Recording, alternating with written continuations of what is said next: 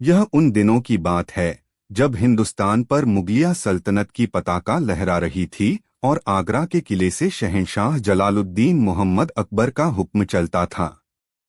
अकबर एक महान और न्यायप्रिय बादशाह थे, लेकिन कभी कभी उनका मन ऐसी अजबगजब शरारतों और पहेलियों में उलझ जाता था कि उनका पूरा दरबार सिर पकड़कर बैठ जाता था।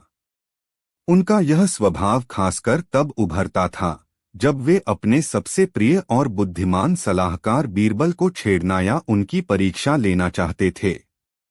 एक ऐसी ही आलस्य भरी दोपहर थी।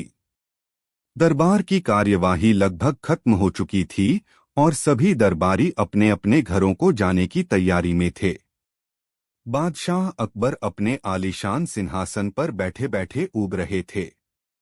उनकी नजरें खिड़की से बाहर गईं, जहां शाही बाग में एक धोबी अपने गधे पर कपड़ों का भारी बोझ लाद कर ले जा रहा था। गधा बोझ के मारे धीरे धीरे चल रहा था और धोबी उसे बार बार छड़ी मारकर हाँक रहा था। यह दृश्य देखकर बादशाह के खुराफाती दिमाग में एक विचार कौंधा। उनके होठों पर एक शरारती मुस्कान फैल गई। उन्होंने ऊंची आवाज में कहा, दरबारियों, हमारी बात ध्यान से सुनो। उनकी आवाज सुनते ही दरबार में जो थोड़ी बहुत हलचल थी वह भी थम गई। सब हाथ बांधकर बादशाह की ओर देखने लगे। अकबर ने एक नाटकीय गंभीरता के साथ घोषणा की, आज हमें एक बहुत ही महत्वपूर्ण और गंभीर विषय पर विचार आया है। हमारी सल्तनत में इंसान तो इंसान, जानवरों की भी बहुत बुरी हालत है। वे दिन रात मेहनत करते हैं, लेकिन उनके दुख सुख को समझने वाला कोई नहीं। खासकर गधों को देखो, वे कितने सीधे और मेहनती होते हैं, फिर भी लोग उन्हें मूर्ख समझते हैं और उन पर अत्याचार करते हैं। दरबारी हैरान थे कि बादशाह अचानक जानवरों और विशेषकर गधों के प्रति इतने संवेदनशील कैसे हो गए। अकबर ने अपनी बात आगे बढ़ाई, इसलिए हमने फैसला किया है कि हमारी सल्तनत में मौजूद सभी गधों को न्याय मिलना चाहिए। और न्याय की शुरुआत होती है पहचान से। हम चाहते हैं कि हमारी सल्तनत में जितने भी गधे हैं उन सब की गिनती की जाए, लेकिन यह कोई मामूली गिनती नहीं होगी। यहाँ रुककर उन्होंने अपनी असली और बेतुकी शर्त सामने रखी। हम चाहते हैं कि हमारी सल्तनत के सभी गधों और उनके इंसानी रिश्तेदारों की एक सूची तैयार की जाए। यह सुनते ही पूरे दरबार में जैसे बिजली कौंध गई। सन्नाटा ऐसा छाया कि दरबारी अपनी सांसें लेना भी भूल गए। गधों के इंसानी रिश्तेदार? यह क्या बात हुई? क्या बादशाह का दिमाग फिर गया है? या वे कोई गहरा व्यंग्य कर रहे हैं? किसी की समझ में कुछ नहीं आ रहा था। दरबार के सबसे वरिष्ठ मंत्री ने हिम्मत करके पूछा, गुस्ताखी माफ हो जहांपनाह, लेकिन गधों के इंसानी रिश्तेदार? हमारा मतलब है, यह कैसे संभव है? अकबर ने अपनी भौहें चढ़ाकर कहा, क्यों संभव नहीं है? क्या आप हमारे हुक्म पर सवाल उठा रहे हैं? हमने जो कह दिया सो कह दिया। हमें 1 महीने के अंदर आगरा और उसके आसपास के सभी गधों और उनके इंसानी रिश्तेदारों की पूरी सूची चाहिए। अब किसी की हिम्मत नहीं हुई कि वे दोबारा कोई सवाल पूछें। सबने चुपचाप सिर झुकाकर बादशाह का हुक्म स्वीकार कर लिया। लेकिन हर किसी के चेहरे पर हवाइयां उड़ रही थीं। यह काम कैसे किया जाएगा? वे गांव-गांव जाकर लोगों से यह कैसे पूछेंगे, भाई साहब, क्या आप किसी गधे के रिश्तेदार हैं? ऐसा पूछने पर तो जूते चप्पल पड़ना तय था। सभी दरबारियों की उम्मीद भरी नजरें अब एक ही व्यक्ति पर टिकी थीं, बीरबल। बीरबल हमेशा की तरह शांत भाव से खड़े थे, मानो उन्हें इस बेतुके हुक्म में भी कोई गहरी बात नजर आ रही हो। उनके चेहरे पर चिंता की बजाय एक हल्की सी रहस्यमयी मुस्कान थी। अकबर ने बीरबल को देखते हुए कहा, क्यों बीरबल, तुम इतने चुप क्यों हो? क्या तुम्हें हमारा हुक्म पसंद नहीं आया? या तुम्हें लगता है कि यह काम नामुमकिन है? बीरबल ने सिर झुकाकर अदब से कहा, नहीं जहांपनाह, आपका हर हुक्म सिर आंखों पर। काम थोड़ा मुश्किल जरूर है, लेकिन नामुमकिन नहीं। बस इस नाजुक काम के लिए मुझे कुछ अधिकार और थोड़ा समय चाहिए होगा। बादशाह को तो यही सुनना था। उन्हें लगा कि उन्होंने बीरबल को एक ऐसे जाल में फंसा दिया है जिससे निकलना असंभव है। उन्होंने तुरंत कहा, ठीक है बीरबल, हम तुम्हें इस काम का मुख्य अधिकारी नियुक्त करते हैं। तुम्हें जो भी मदद चाहिए हो शाही खजाने से मिलेगी। लेकिन याद रहे, 1 महीने के अंदर हमें पूरी और सच्ची सूची चाहिए। अगर तुम असफल हुए तो तुम्हें अपनी बुद्धिमान की पदवी त्यागनी होगी। बीरबल ने यह शर्त भी मुस्कुराकर स्वीकार कर ली। दरबार बर्खास्त हुआ और सभी दरबारी भारी मन से अपने अपने घरों को लौट गए। वे सब यही सोच रहे थे कि इस बार बीरबल का खेल खत्म होना तय है। अगले दिन से ही बीरबल अपने काम में जुट गए। लेकिन उनका तरीका बहुत ही अजीब और अनोखा था। उन्होंने शहर के बीचों बीच एक बड़ा सा मैदान चुना और वहां एक शाही शामियाना लगवा दिया। शामियाने के बाहर एक बड़ा सा तख्ता लगाया गया जिस पर लिखा था, शहंशाह के हुक्म से गधों और उनके इंसानी रिश्तेदारों का पंजीकरण दफ्तर। यह तख्ता देखते ही पूरे शहर में हड़कंप मच गया। लोग तरह तरह की बातें करने लगे। किसी ने कहा बादशाह सनक गए हैं, तो कोई कहने लगा कि यह बीरबल की कोई नई चाल है। बीरबल ने उस दफ्तर के अंदर बैठने का एक अजीब इंतजाम किया। उन्होंने बीच में एक बड़ी सी मेज रखी और उसके पीछे अपनी कुर्सी लगाई। मेज के ठीक सामने थोड़ी दूरी पर उन्होंने एक लकड़ी का मोटा सा खूंटा गड़वा दिया और उससे एक असली तगड़ा गधा बांध दिया। अब बीरबल का रोज का काम शुरू हुआ। वे सुबह दरबार के बाद सीधे उस दफ्तर में आते और अपनी कुर्सी पर बैठ जाते। उनके हाथ में एक लंबा सा रजिस्टर और कलम होती थी। वे उस गधे को बड़े ध्यान से देखते और फिर रजिस्टर में कुछ लिखने का नाटक करते। वे किसी से बात नहीं करते, किसी को बुलाते नहीं, बस वहीं बैठे रहते। पहला दिन बीता, दूसरा बीता, फिर तीसरा। लोग दूर से यह तमाशा देखते और चले जाते।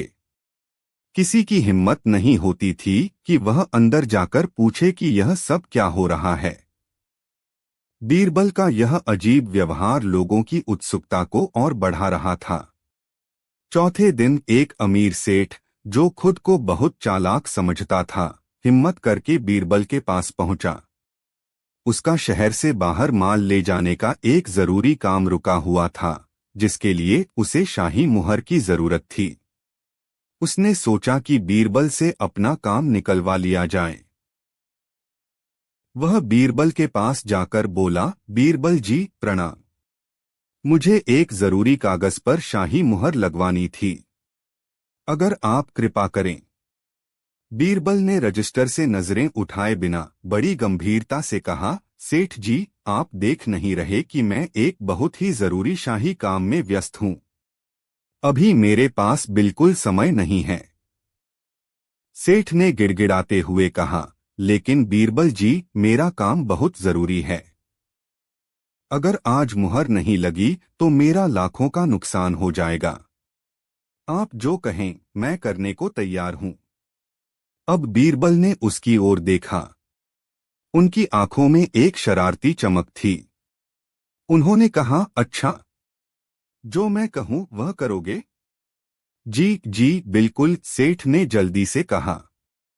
बीरबल ने सामने बंधे गधे की ओर इशारा करते हुए कहा, ठीक है।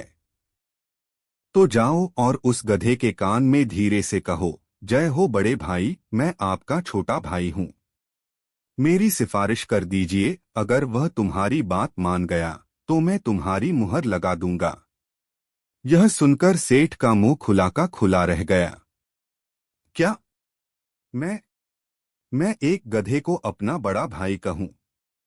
यह तो मेरा अपमान है। बीरबल ने कंधे उचकाते हुए कहा, तो ठीक है। अपमान बचाओ और अपना लाखों का नुकसान कराओ, मुझे कोई आपत्ति नहीं है। मैं तो अपना शाही काम कर रहा हूं। सेठ बड़ी दुविधा में पड़ गया। एक तरफ उसकी इज्जत थी और दूसरी तरफ उसका बड़ा आर्थिक नुकसान। काफी सोचने के बाद उसने अपने लालच को अपनी इज्जत पर हावी होने दिया। उसने चारों ओर देखा कि कोई उसे देख तो नहीं रहा और फिर दबे पांव गधे के पास गया। उसने झुककर कांपती हुई आवाज में गधे के कान में फुसफुसाया, जय जय हो बड़े भाई। मैं आपका छोटा भाई।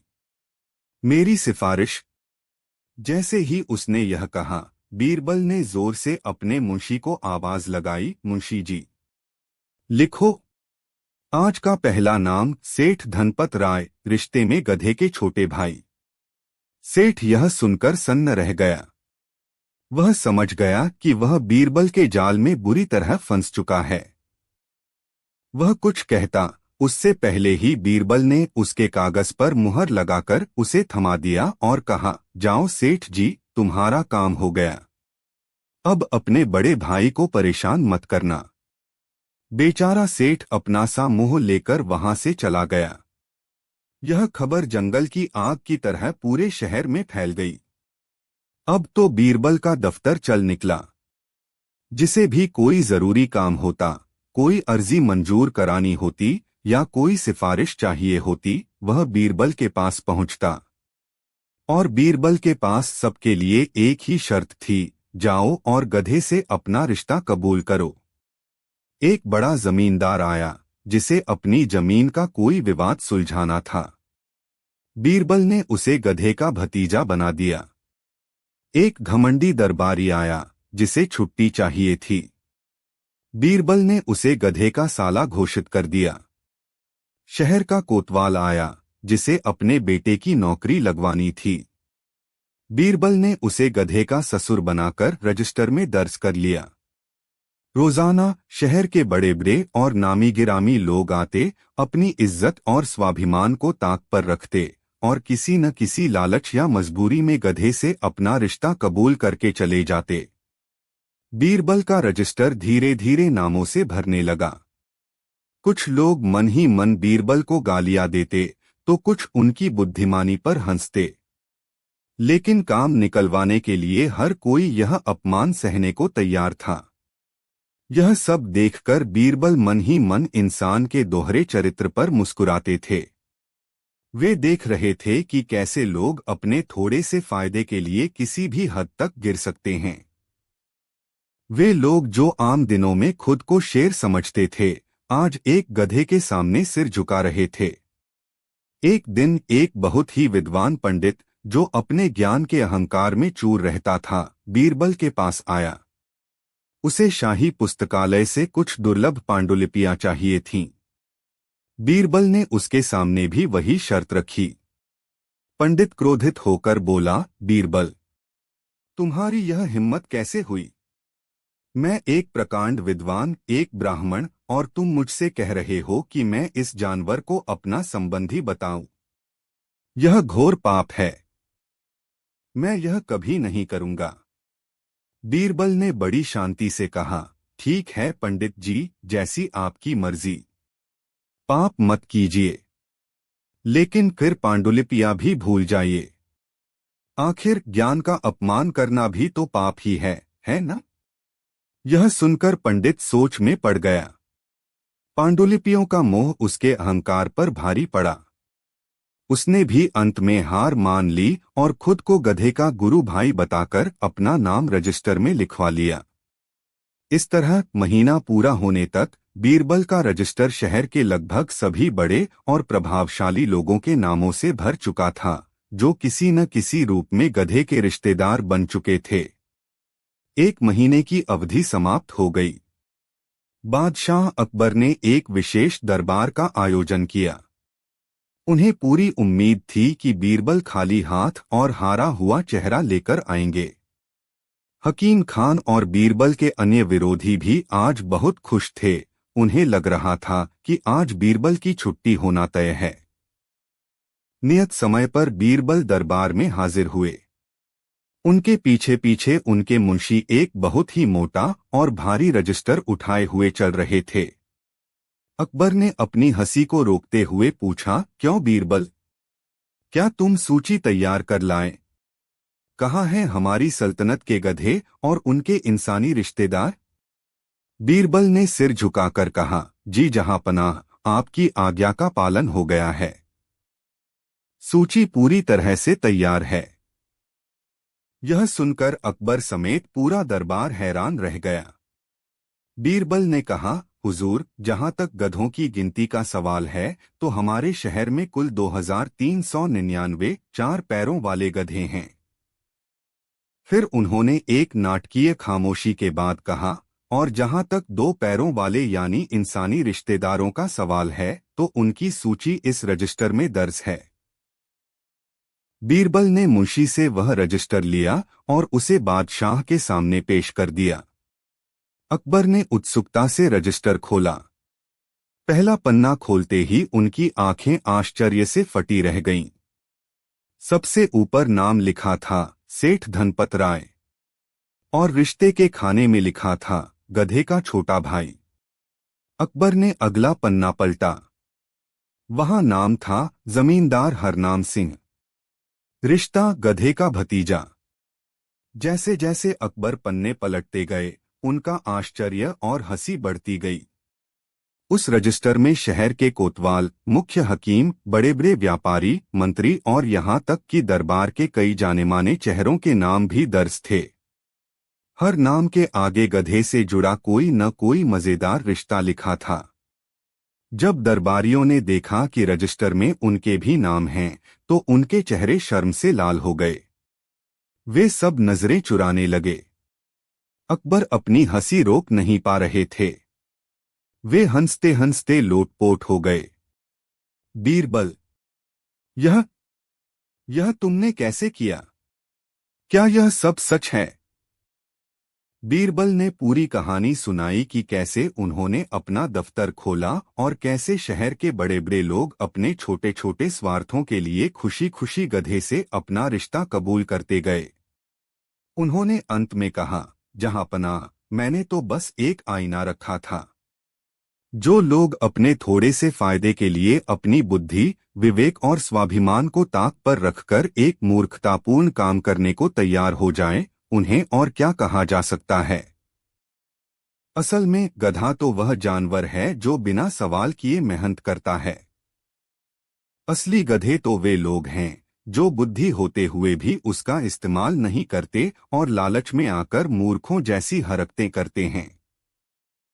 बीरबल की यह बात सुनकर पूरा दरबार शर्मिंदा हो गया। उन सभी दरबारियों के सिर झुक गए थे जिन्होंने बीरबल को फंसाने की साजिश रची थी। उन्हें अपनी गलती का एहसास हो गया था। बादशाह अकबर बीरबल की इस अनोखी बुद्धिमानी से इतने प्रसन्न हुए कि वे अपनी गद्दी से उतरे और बीरबल को गले लगा लिया। उन्होंने घोषणा की, मान गए बीरबल, तुम सिर्फ बुद्धिमान ही नहीं बल्कि इंसानी फितरत के सबसे बड़े पारखी हो। तुमने आज हम सबको एक बहुत बड़ा सबक सिखाया है। इस तरह बीरबल ने न केवल एक बेतुके हुक्म को पूरा किया बल्कि समाज के पाखंडी और स्वार्थी लोगों को उन्हीं के अंदाज में एक ऐसा आईना दिखाया जिसे वे कभी भूल नहीं पाए। यह किस्सा आज भी हमें हंसाता है और साथ ही यह भी सिखाता है कि असली मूर्खता जानवर होने में नहीं बल्कि इंसान होकर भी अपनी बुद्धि का सही इस्तेमाल न करने में है। कहानी 2। यह कहानी उस दौर की है जब हिंदुस्तान पर शहंशाह जलालुद्दीन मोहम्मद अकबर का राज था और उनकी राजधानी आगरा दुनिया के सबसे वैभवशाली शहरों में से एक थी। जहां एक तरफ यमुना के किनारे ताजमहल की नींव रखी जा रही थी और किले से सल्तनत का परचम लहरा रहा था, वहीं शहर की तंग गलियों और बाजारों में आम लोगों की जिंदगी की कहानी बुनी जा रही थी। इसी आगरा शहर के एक छोर पर, जहां अमीरों की हवेलियों की चमक फीकी पड़ने लगती थी, एक गरीब लकड़हारा रहता था जिसका नाम था भोला। नाम के ही अनुरूप भोला दिल का बहुत सीधा और सरल था। वह रोज सुबह अपनी कुल्हाड़ी लेकर जंगल की ओर निकल जाता और दिन भर कड़ी मेहनत करके लकड़ियों का गट्ठर तैयार करता। शाम को वह उसे लेकर शहर के मुख्य बाजार में बेचता, जिससे उसे बस इतने ही पैसे मिल पाते थे कि वह अपनी पत्नी रमा और अपने छोटे से बेटे मोहन के लिए 2 वक्त की सूखी रोटी का जुगाड़ कर सके। भोला की दुनिया छोटी थी, लेकिन उसमें संतोष था। वह अपनी गरीबी से दुखी नहीं था, क्योंकि उसके पास ईमानदारी की दौलत और परिवार का प्यार था। उसकी सबसे बड़ी खुशी अपने बेटे मोहन के मुस्कुराते चेहरे को देखना था। बाजार के बीचों बीच सबसे प्रमुख स्थान पर एक बहुत बड़ी और आलीशान मिठाई की दुकान थी। यह दुकान सेठ घनश्याम दास की थी। सेठ घनश्याम जितना अमीर था, उतना ही कंजूस और घमंडी भी। उसकी दुकान से उठने वाली घी, चाशनी, केसर और इलायची की मनमोहक खुशबू पूरे बाजार में फैली रहती थी। उसकी दुकान पर जलेबी, इमरती, लड्डू और बर्फी के ढेर लगे रहते थे, जिन्हें देखकर किसी के भी मुंह में पानी आ जाए। लेकिन घनश्याम दास का दिल पत्थर का था। वह किसी गरीब को अपनी दुकान के पास फटकने भी नहीं देता था। उसे लगता था कि गरीबों की परछाई भी उसकी मिठाइयों की मिठास कम कर देगी। भोला का जंगल से बाजार आने का रास्ता सेठ की दुकान के ठीक सामने से गुजरता था। दिन भर की कड़ी मेहनत के बाद जब वह थकाहारा बाजार पहुंचता, तो अक्सर अपनी सूखी रोटी लेकर सेठ की दुकान के सामने लगे चबूतरे के एक कोने में बैठ जाता। वह अपनी मोटी और रूखी रोटी का एक टुकड़ा तोड़ता और उसे खाने से पहले सेठ की दुकान से आ रही मिठाइयों की मीठी खुशबू को एक लंबी सांस खींचकर अपने अंदर भर लेता। उसे ऐसा लगता मानो उसकी सूखी रोटी में भी थोड़ी मिठास घुल गई हो। यह उसका रोज का नियम बन गया था। वह किसी को परेशान नहीं करता था, बस चुपचाप एक कोने में बैठकर अपनी रोटी खाता और फिर घर चला जाता। उसे इस बात का एहसास तक नहीं था कि उसकी यह छोटी सी मासूम आदत किसी के दिल में नफरत का बीज बो रही थी। सेठ घनश्याम दास कई दिनों से अपनी दुकान की गद्दी पर बैठा बैठा भोला को देख रहा था।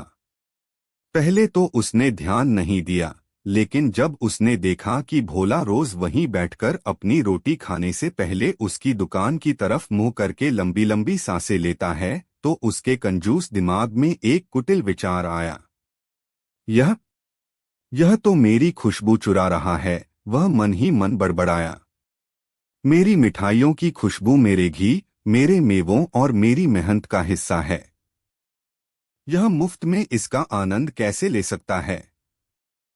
यह तो सरासर चोरी है। उसका लालच और घमंड इतना बढ़ गया था कि उसे एक गरीब की मासूमियत में भी अपराध नजर आने लगा। उसने फैसला किया कि वह इस चोर को सबक सिखाकर ही रहेगा।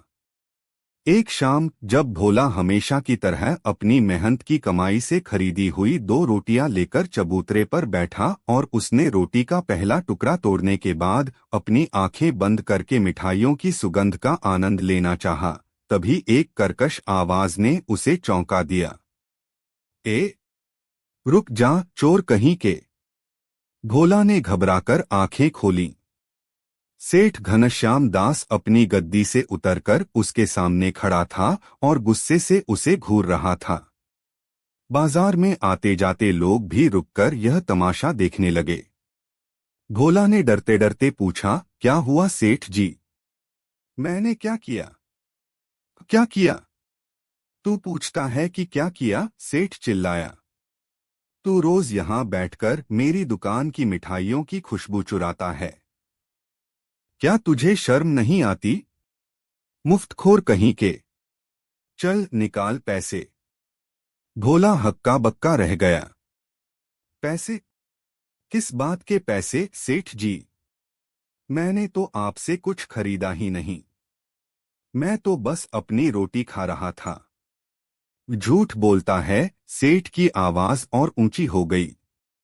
तू अपनी सूखी रोटी को मेरी महंगी मिठाइयों की खुशबू के साथ खाता है, ताकि तुझे स्वाद आए। यह खुशबू मेरे पैसे से आती है, मेरे घी और केसर की है। तुझे इसका हिसाब देना होगा। पिछले 1 महीने से मैं तुझे देख रहा हूं। चल 1 महीने का खुशबू का किराया निकाल। यह सुनकर भौएकट्ठा भीड़ में से कुछ लोग हंसने लगे तो कुछ सेठ के डर से चुप रहे। भोला की आंखों में आंसू आ गए। वह हाथ जोड़कर गिड़गिड़ाने लगा, मालिक मुझ गरीब पर रहम कीजिए। मैं एक मामूली लकड़हारा हूं। मेरे पास आपको देने के लिए पैसे कहां से आएंगे? मैंने तो बस। लेकिन सेठ ने उसकी एक न सुनी। उसने भोला का हाथ पकड़ लिया और उसे घसीटते हुए बोला, चुप कर, बहाने मत बना। तू पैसे नहीं देगा तो मैं तुझे शहर के कोतवाल के पास ले जाऊंगा। वही तुझसे पैसे निकलवाएंगे। बेबस भोला रोता रहा, अपनी ईमानदारी की दुहाई देता रहा, लेकिन उस पत्थर दिल सेठ पर कोई असर नहीं हुआ। वह उसे घसीटता हुआ शहर के कोतवाल की चौकी की ओर ले चला। भीड़ भी उनके पीछे पीछे चल पड़ी, यह देखने के लिए कि इस अजीब मुकदमे का क्या फैसला होता है। शहर का कोतवाल एक भ्रष्ट और चापलूस किस्म का आदमी था। वह हमेशा अमीरों की तरफदारी करता था, क्योंकि उनसे उसे मोटी रिश्वत मिलती थी। जब सेठ घनश्याम दास ने भोला को उसके सामने पेश किया और अपनी उटपटांग शिकायत दोहराई तो कोतवाल ने पहले तो इसे मजाक समझा। सेठ जी, यह आप कैसी बातें कर रहे हैं? खुशबू की चोरी का भी कोई मुकदमा होता है भला? सेठ ने कोतवाल के कान में फुसफुसाते हुए कुछ कहा, शायद किसी मोटी रकम का लालच दिया। उसके बाद कोतवाल के तेवर तुरंत बदल गए। उसने अपनी मूंछों पर ताव देते हुए भोला को घूरा और कहा, हाँ तो तू है वो चोर। सेठ जी की दुकान से खुशबू चुराता है। तुझे शर्म आनी चाहिए। भोला ने कांपती हुई आवाज में अपनी सच्चाई बताने की कोशिश की, हुजूर मैंने कोई चोरी नहीं की। मैं तो बस। चुप रह, कोतवाल गर्जा। इस सेठ जी कह रहे हैं तो सच ही कह रहे होंगे। तूने अपराध किया है तो तुझे जुर्माना भरना ही पड़ेगा। सेठ जी बताइए, आपका कितना नुकसान हुआ? सेठ ने अकड़कर कहा, कोतवाल साहब, यह 1 महीने से मेरी खुशबू का मजा ले रहा है। मैं ज्यादा नहीं, बस 100 चांदी के सिक्के जुर्माने के तौर पर चाहता हूं। 100 चांदी के सिक्के। यह रकम सुनकर भोला के होश उड़ गए। उसने अपनी पूरी जिंदगी में इतने सिक्के एक साथ नहीं देखे थे।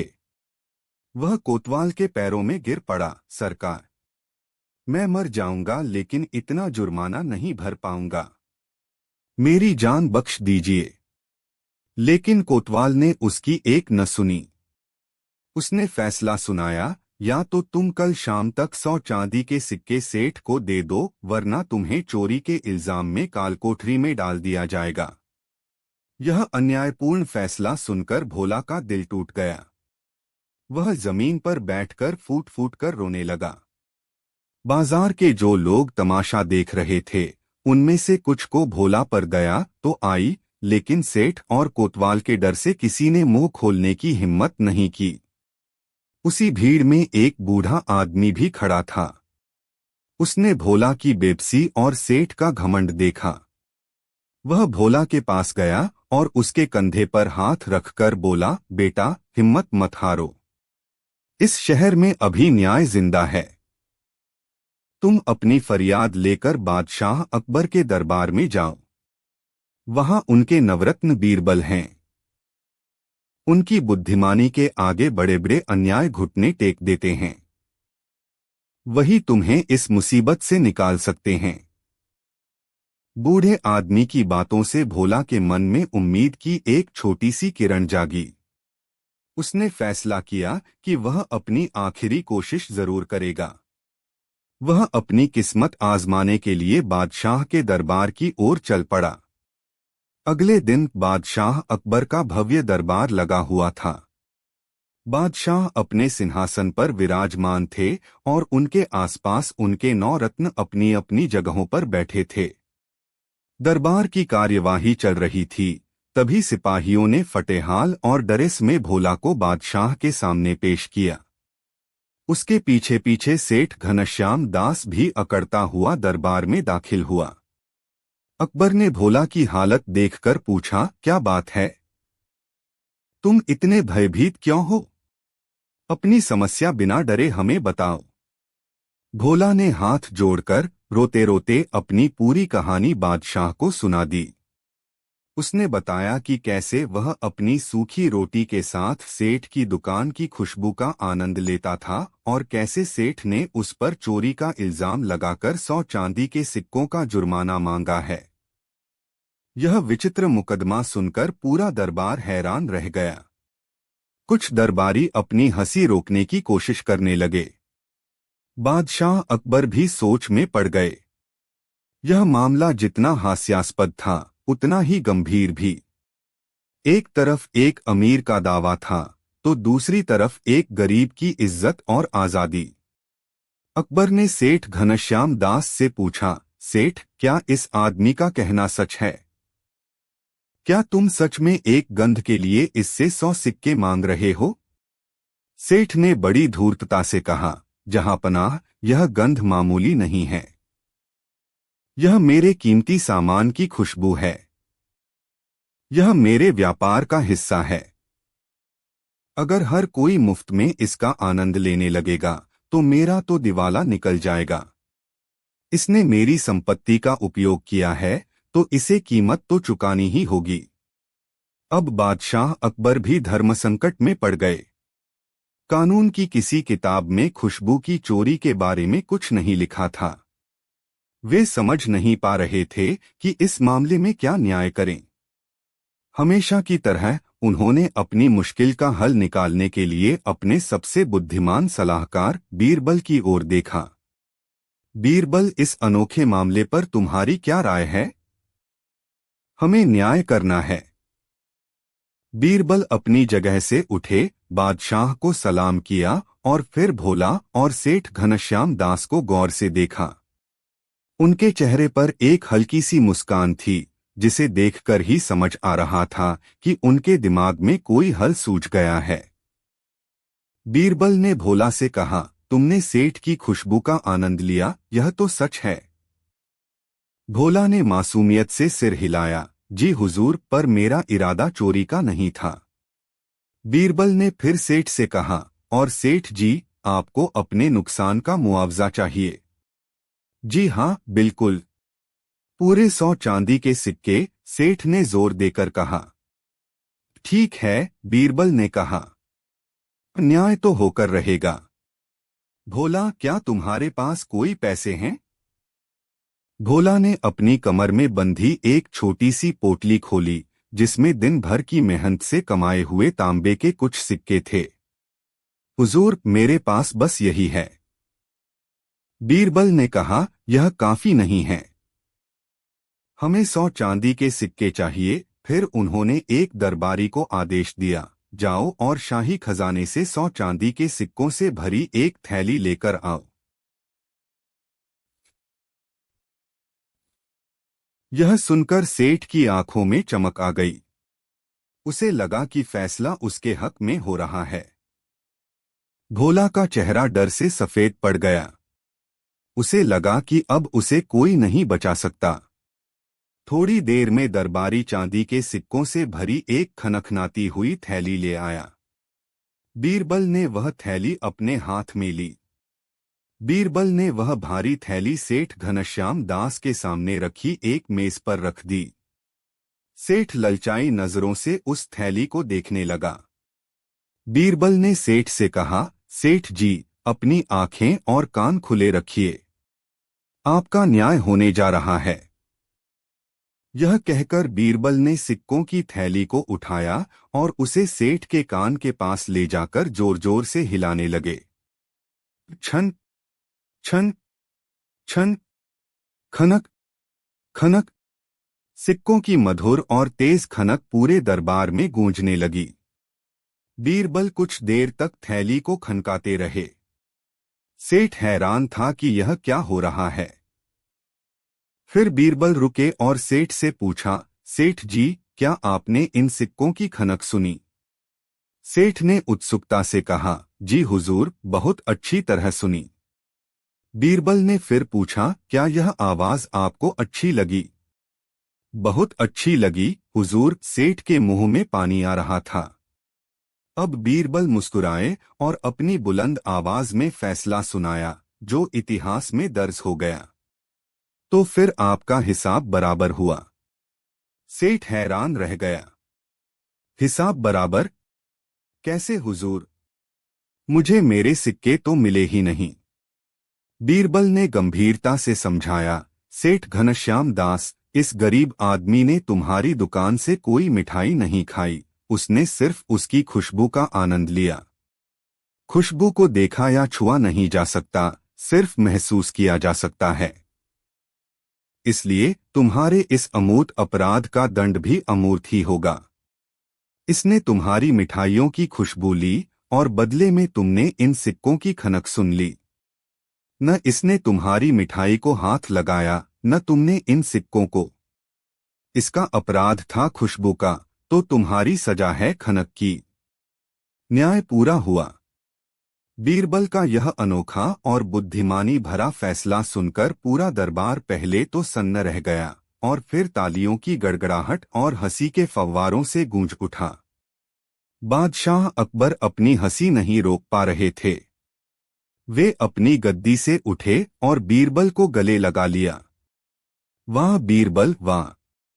तुमसे बड़ा पारखी और न्यायप्रिय इस दुनिया में कोई नहीं। तुमने आज दूध का दूध और पानी का पानी कर दिया। सेठ घनश्याम दास का चेहरा शर्म से लाल हो गया था। उसका लालच और घमंड सबके सामने तार तार हो चुका था। वह दरबार में किसी को मुंह दिखाने लायक नहीं रहा।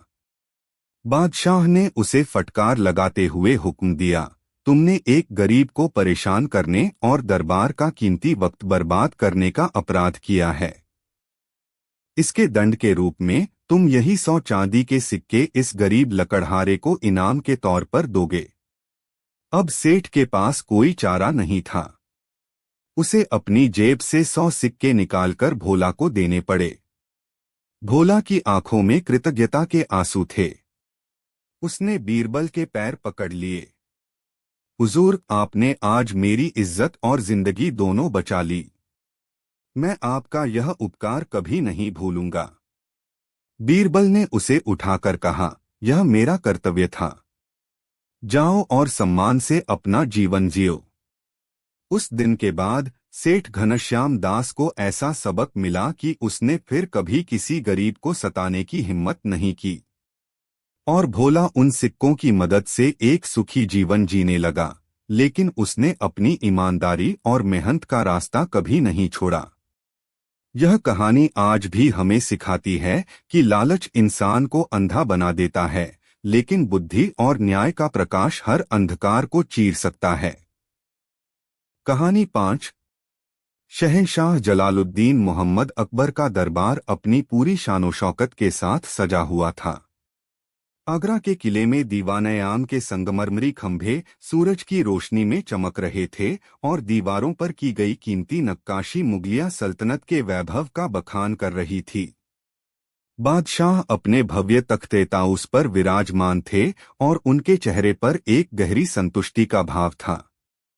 उनके चारों ओर उनके नवरत्न और अन्य महत्वपूर्ण दरबारी, अमीर और मंत्री बैठे थे।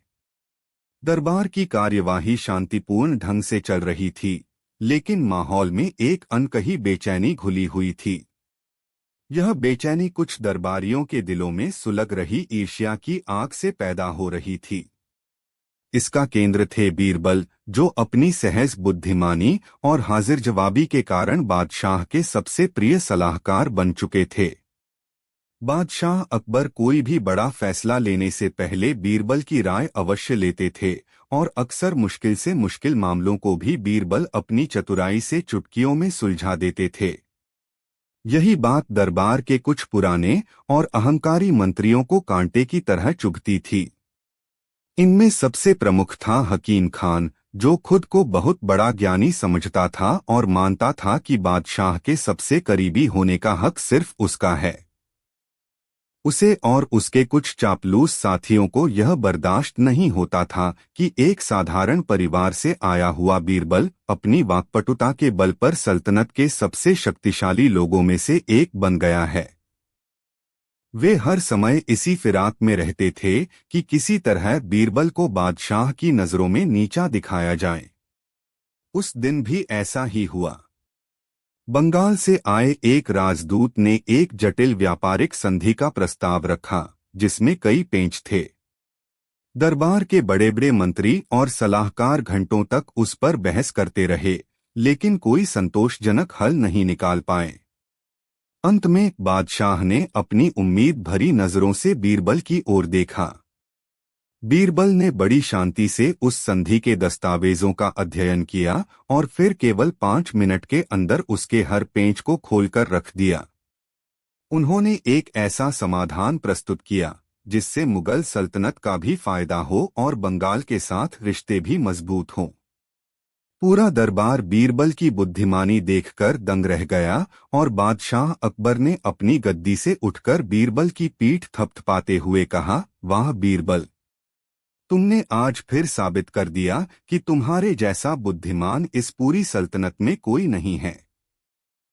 तुम्हारे होते हुए हमें किसी बात की चिंता नहीं। बादशाह की यह प्रशंसा हकीम खान और उसके साथियों के सीने पर सांप बनकर लौट गई। उस रात हकीम खान ने अपने सबसे करीबी दरबारियों की एक गुप्त बैठक बुलाई। बैठक का विषय एक ही था, बीरबल को कैसे हराया जाए। एक दरबारी ने कहा, जब तक हम बीरबल को ज्ञान और तर्क में नहीं हराते तब तक कुछ नहीं हो सकता। हकीम खान ने घृणा से कहा, उसे तर्क में हराना असंभव है। वह शब्दों को ऐसे घुमाता है कि झूठ भी सच लगने लगता है। हमें कोई ऐसा जाल बिछाना होगा जिसमें वह बुरी तरह फंस जाए। हमें बादशाह को उकसाना होगा कि वे बीरबल से कोई ऐसी चीज मांगे जो इस दुनिया में हो ही नहीं। जब वह उस चीज को लाने में असफल हो जाएगा तो बादशाह का विश्वास उससे खुद ब खुद उठ जाएगा। यह विचार सबको पसंद आया। वे सब मिलकर एक ऐसी असंभव मांग सोचने लगे जिसका कोई जवाब न हो। घंटों की चर्चा के बाद उनके शैतानी दिमाग में एक विचार कौंधा, एक ऐसी मांग जो किसी भी इंसान के लिए पूरी करना नामुमकिन था। उन्हें पूरा विश्वास था कि इस बार बीरबल का खेल खत्म होकर ही रहेगा। अगले दिन दरबार में एक अजीब सी शांति थी। हकीम खान और उसके साथी बड़े आत्मविश्वास के साथ अपनी अपनी जगहों पर बैठे थे। उनकी आंखों में एक कुटिल चमक थी। सही मौका देखकर हकीम खान अपनी जगह से उठा और बादशाह अकबर को सलाम करते हुए बोला, आलीजहां, आपकी सल्तनत में एक से बढ़कर एक ज्ञानी और गुणी लोग हैं, लेकिन हम सब मानते हैं कि हमारे बीरबल जी की बुद्धि का कोई सानी नहीं है। वे हर समस्या का हल निकाल लेते हैं। बादशाह अकबर ने मुस्कुराते हुए कहा, इसमें कोई शक नहीं है हकीम खान, बीरबल हमारे सबसे अनमोल रत्न हैं। हकीम खान ने अपनी बात आगे बढ़ाई, जहां पनाह, इसी बात पर मेरे मन में एक विचार आया है। क्यों न बीरबल जी की बुद्धि की एक ऐसी परीक्षा ली जाए जैसी आज तक किसी की नहीं ली गई। एक ऐसी चुनौती जो यह साबित कर दे कि वे सचमुच दुनिया के सबसे बुद्धिमान व्यक्ति हैं। अकबर को इस तरह की बौद्धिक चुनौतियों में हमेशा मजा आता था। उनकी उत्सुकता बढ़ गई। कैसी परीक्षा हकीम खान? साफ साफ कहो। हकीम खान ने बड़ी विनम्रता का नाटक करते हुए कहा, हुजूर, हम चाहते हैं कि आप बीरबल को आदेश दें कि वे आपके लिए एक ऐसी चीज लेकर आएं जो न तो इस धरती पर हो न आसमान में, न वह इंसान ने बनाई हो न भगवान ने। वह न तो नरक में मिले और न ही स्वर्ग में। एक ऐसी चीज जिसका अस्तित्व कहीं भी न हो। यह मांग सुनकर पूरे दरबार में सन्नाटा छा गया। यह क्या बात हुई? एक ऐसी चीज लाना जो कहीं है ही नहीं। यह तो सरासर पागलपन था। लेकिन हकीम खान ने अपनी बात को ऐसे पेश किया था मानो यह बीरबल की बुद्धि के लिए एक सम्मानजनक चुनौती हो। बादशाह अकबर को भी यह चुनौती बड़ी रोचक लगी। उन्हें बीरबल की क्षमताओं पर पूरा भरोसा था, लेकिन वे यह भी देखना चाहते थे कि बीरबल इस असंभव लगने वाली पहेली को कैसे सुलझाते हैं। उन्होंने मुस्कुराते हुए बीरबल की ओर देखा, जो हमेशा की तरह शांत भाव से खड़े थे। क्यों बीरबल, क्या तुम्हें हकीम खान की यह चुनौती स्वीकार है? बादशाह ने पूछा। बीरबल ने सिर झुकाकर कहा, जहां पनाह, आपका हुक्म सर आंखों पर। लेकिन इतनी अनोखी चीज को खोजने के लिए मुझे कुछ समय की आवश्यकता होगी। हकीम खान ने तुरंत कहा, हुजूर, समय तो मिलना ही चाहिए।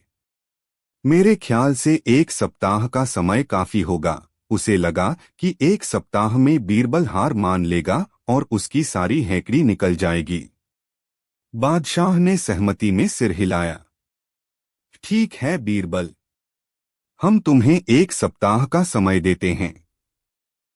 अगले बृहस्पतिवार को तुम हमारे लिए वह अनोखी चीज लेकर दरबार में हाजिर होगे। याद रहे, अगर तुम असफल हुए तो तुम्हें हमारे सबसे बुद्धिमान सलाहकार का पद छोड़ना होगा। यह शर्त सुनकर हकीम खान और उसके साथी मन ही मन खुशी से झूम उठे।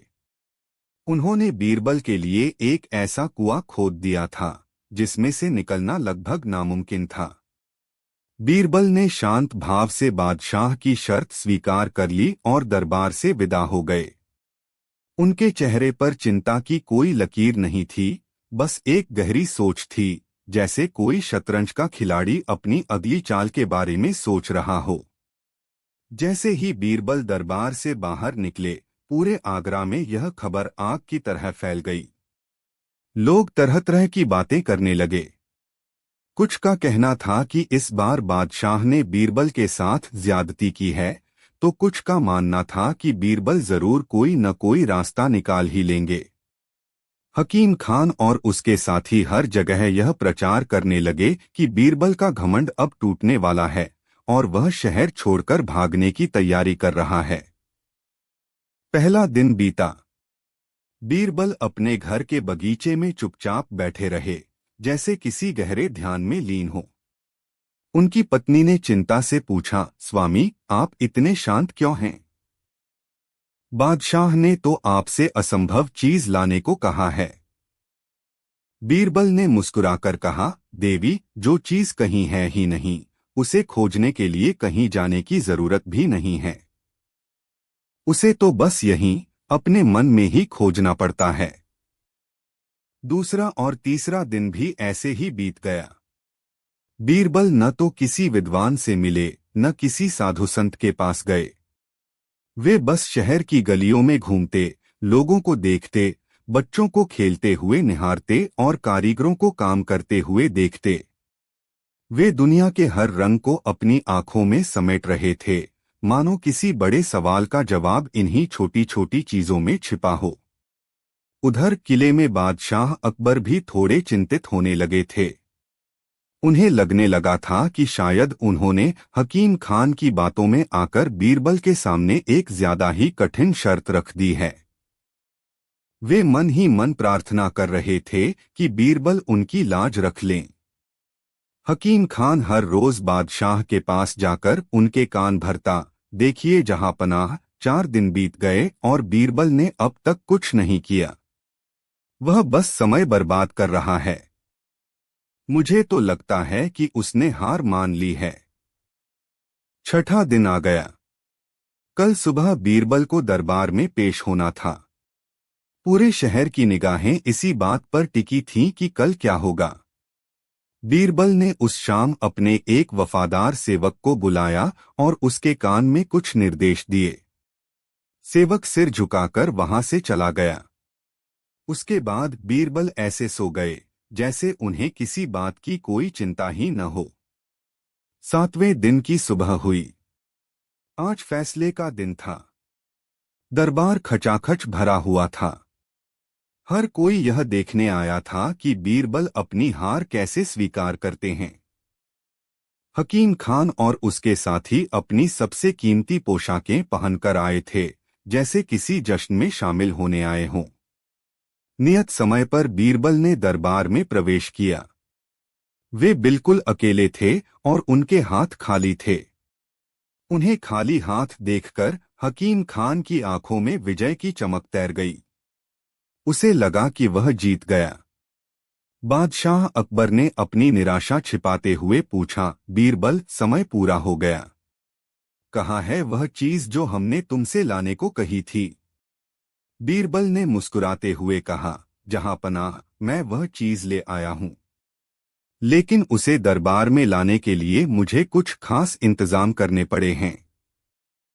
वह चीज बहुत ही नाजुक और रहस्यमयी है। वह अभी दरबार के बाहर मेरे सेवक के पास है। यह सुनकर सब हैरान रह गए। बीरबल ने अपनी बात जारी रखी, हुजूर, उस चीज को देखने की एक शर्त है। शर्त? कैसी शर्त? बादशाह ने उत्सुकता से पूछा। बीरबल ने पूरे दरबार पर एक नजर डाली। उनकी निगाहें विशेष रूप से हकीम खान और उसके साथियों पर टिकी थीं। फिर उन्होंने कहा, जहां पनाह, मैं जो चीज लाया हूं वह इतनी पवित्र और अद्वितीय है कि उसे केवल वही इंसान देख सकता है जो अपने पिता की असली और जायज संतान हो।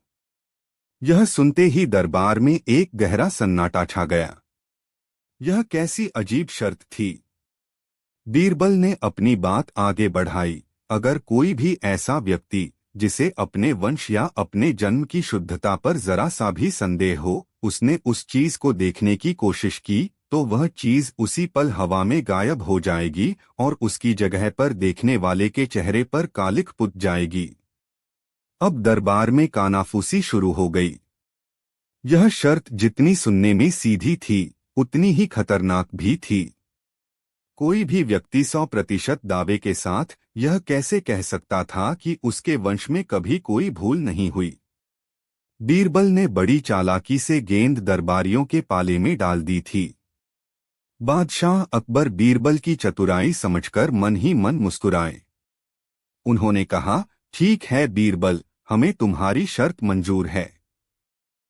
बुलाओ अपने सेवक को अंदर। बीरबल के इशारे पर उनका सेवक दरबार में दाखिल हुआ।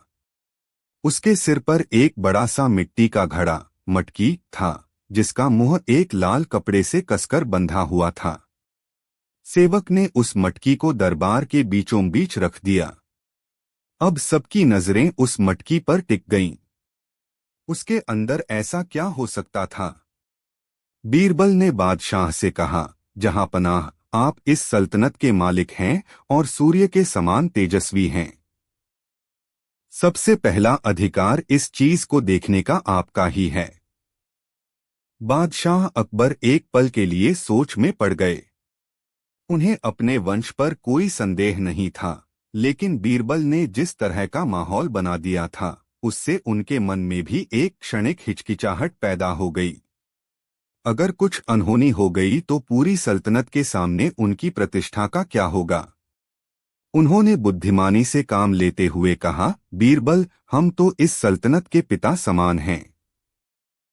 हमारा अधिकार सबसे अंत में आता है। पहले हमारे दरबारी और मंत्री तो देख लें, ताकि वे इसकी पुष्टि कर सकें। यह कहकर बादशाह ने अपने सबसे भरोसेमंद सेनापति की ओर देखा। सेनापति एक बहादुर योद्धा था, लेकिन इस परीक्षा का सामना करने की हिम्मत उसमें भी नहीं हुई। उसने हाथ जोड़कर कहा, हुजूर, मैं तो एक सिपाही हूं। इतनी रहस्यमयी चीजों को समझने की अक्ल मुझ में कहाँ? यह काम तो किसी ज्ञानी व्यक्ति का है। अब बादशाह ने अपने मुख्य काजी की ओर देखा। काजी ने अपनी दाढ़ी पर हाथ फेरते हुए कहा, आलीजान, मैं दिन भर कुरान और हदीस पढ़ता हूँ। मेरी आंखें कमजोर हो गई हैं। मुझे ठीक से दिखाई भी नहीं देगा। एक एक करके बादशाह ने दरबार में बैठे सभी बड़े से बड़े अमीरों और मंत्रियों से उस मटकी में झांकने को कहा, लेकिन हर कोई न कोई बहाना बनाकर पीछे हट गया। किसी ने कहा कि वह इस सम्मान के लायक नहीं, तो किसी ने अपनी खराब सेहत का हवाला दे दिया। असल में कोई भी अपनी इज्जत को दांव पर लगाने के लिए तैयार नहीं था। अंत में बादशाह अकबर की नजर हकीम खान पर पड़ी, जो पसीने से तरबतर हो रहा था। क्यों हकीम खान, यह चुनौती तो तुम्हारी ही देन थी। तुम तो बड़े ज्ञानी और कुलीन खानदान से हो। जाओ तुम ही देखो कि बीरबल क्या लाया है और हमें बताओ। हकीम खान का चेहरा डर के मारे पीला पड़ गया था। उसकी सारी हेकड़ी निकल चुकी थी। वह कांपते हुए बोला, नहीं नहीं जहांपना, मैं मैं भला आपके होते हुए यह गुस्ताखी कैसे कर सकता हूं? सबसे पहला हक तो आपका है। बादशाह गरजे, हम तुम्हें हुक्म देते हैं हकीम खान। अब हकीम खान के पास कोई रास्ता नहीं बचा था। वह लड़खड़ाते कदमों से मटकी की ओर बढ़ा। उसका दिल ऐसे धड़क रहा था जैसे अभी बाहर निकल आएगा। वह मटकी के पास पहुंचा, लेकिन उसका हाथ उस लाल कपड़े को हटाने के लिए उठ ही नहीं रहा था। अंत में वह हिम्मत हार गया और बादशाह के कदमों में गिर पड़ा। मुझे माफ कर दीजिए जहांपना, मैं इस काबिल नहीं हूं। मुझसे भूल हो गई। उसके ऐसा करते ही उसके बाकी साथी भी एक एक करके बादशाह से माफी मांगने लगे। पूरा दरबार देख रहा था कि कैसे बड़े बड़े सूरमा और ज्ञानी एक मिट्टी की मटकी के सामने नतमस्तक हो गए थे। बीरबल का रचा हुआ मनोवैज्ञानिक जाल पूरी तरह कामयाब हो चुका था। बादशाह अकबर अब जोर से हंसे। उनकी हंसी पूरे दरबार में गूंज उठी। उन्होंने बीरबल से कहा, बीरबल, अब तुम ही पर्दा उठाओ इस राज से। आखिर इस मटकी में ऐसी कौन सी नायाब चीज है जिसे देखने की हिम्मत किसी में नहीं हुई? बीरबल मुस्कुराए। वे आगे बढ़े और मटकी के मुंह पर बंधा लाल कपड़ा एक झटके में खोल दिया। फिर उन्होंने मटकी को उठाया और उसे उल्टा कर दिया। पूरा दरबार यह देखकर हैरान रह गया कि मटकी अंदर से बिल्कुल खाली थी। उसमें कुछ भी नहीं था।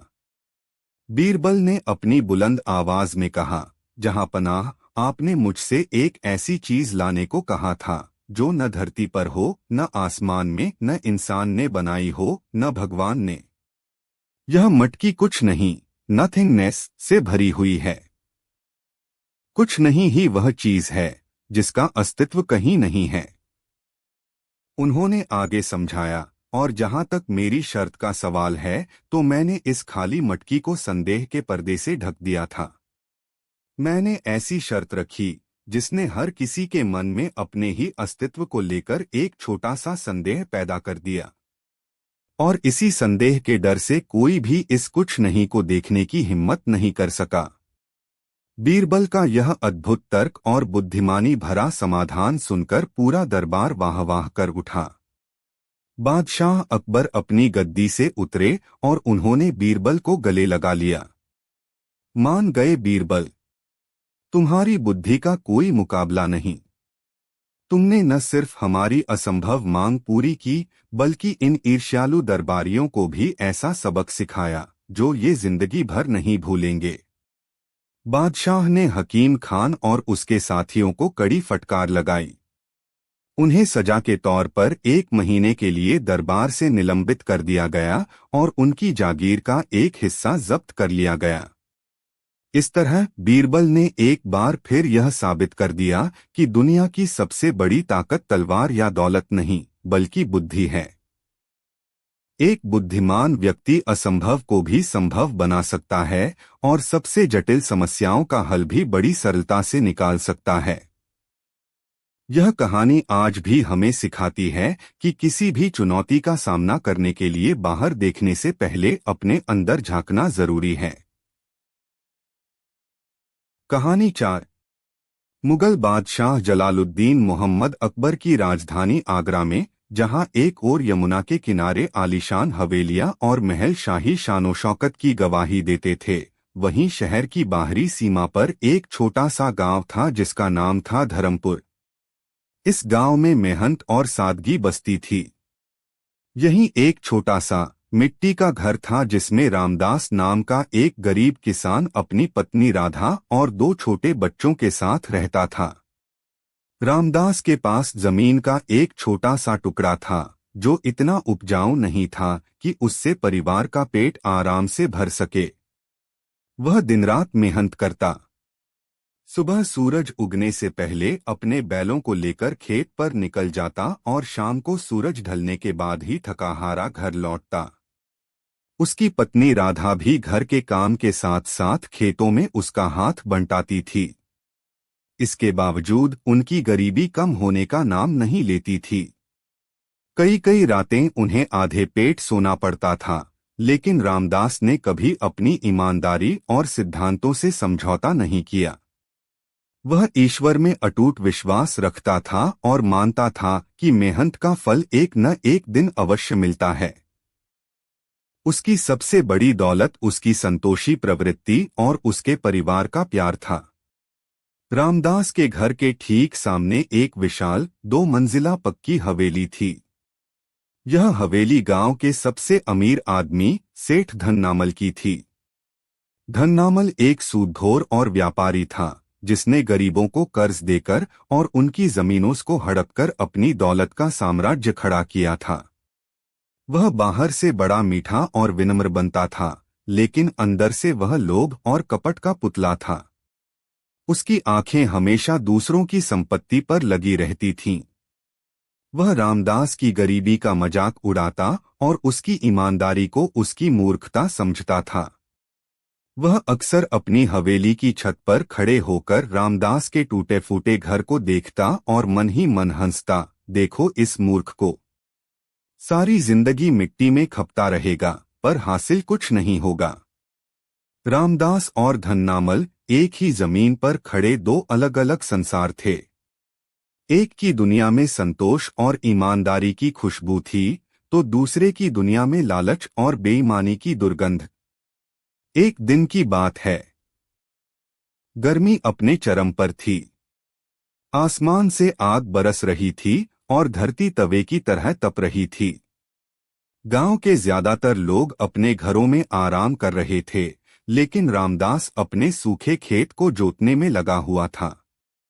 उसे उम्मीद थी कि मानसून आने से पहले अगर खेत तैयार हो गया तो इस बार फसल अच्छी होगी।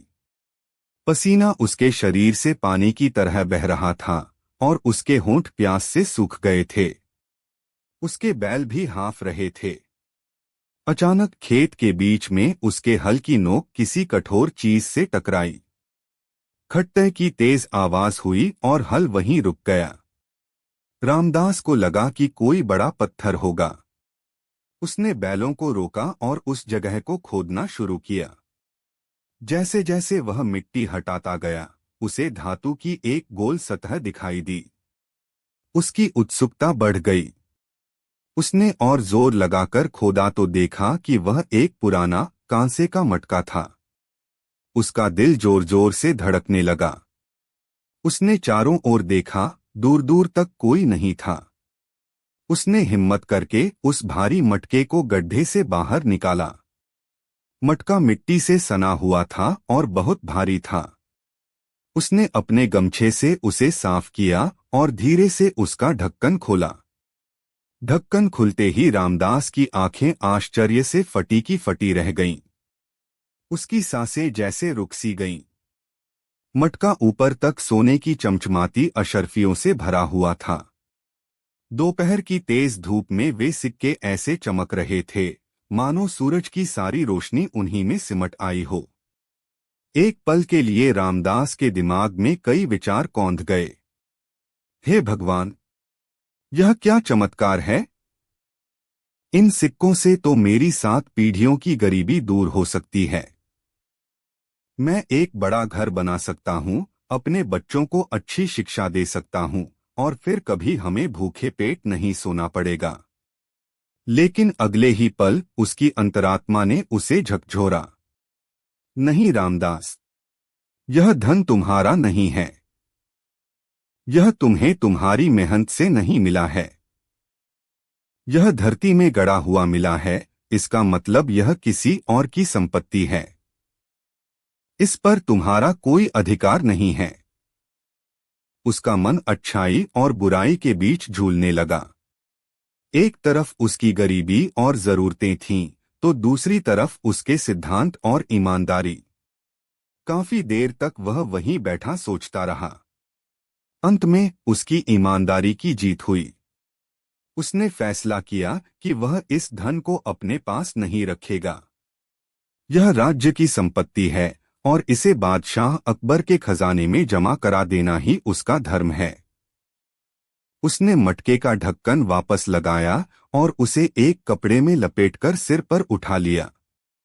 वह भारी मटका उठाकर धीरे धीरे अपने घर की ओर चल पड़ा। उसका इरादा नेक था, लेकिन वह इस बात से अनजान था कि सेठ धन्नामल की लालची निगाहें अपनी हवेली की छत से उसे देख रही थीं। धन्नामल ने रामदास को खेत से वह भारी बर्तन लाते हुए देख लिया था और वह तुरंत समझ गया कि रामदास के हाथ कोई खजाना लगा है। उसके मन में लालच का सांप फुफकारने लगा। रामदास जब घर पहुंचा तो उसकी पत्नी राधा उसे इतना भारी बर्तन उठाए देखकर हैरान रह गई। रामदास ने दरवाजा अंदर से बंद किया और पूरी कहानी अपनी पत्नी को बताई। राधा ने जब सोने की अशर्फियां देखीं तो वह भी अवाक रह गई। लेकिन वह भी अपने पति की तरह ही ईमानदार और धर्मपरायण स्त्री थी। उसने रामदास के फैसले का समर्थन करते हुए कहा, स्वामी, आप बिल्कुल ठीक कह रहे हैं। यह धन हमारा नहीं है। पराई संपत्ति पर नजर डालना पाप है। आप कल सुबह ही इसे लेकर बादशाह के दरबार में जाइए और इसे उन्हें सौंप दीजिए। हमारी किस्मत में जो लिखा है हमें वही मिलेगा। पति पत्नी ने उस रात मटके को घर के एक कोने में छिपा दिया और लगभग बिना सोए रात गुजारी। उधर सेठ धन्नामल पूरी रात बेचैन रहा। उसकी आंखों के सामने बस सोने के सिक्के नाच रहे थे। उसने उस खजाने को हड़पने के लिए एक कुटिल योजना बनाई। वह जानता था कि रामदास सीधा सादा और ईमानदार है। वह जरूर इन सिक्कों को बादशाह को सौंपने जाएगा। इसलिए उसे रामदास से पहले दरबार में पहुंचना था।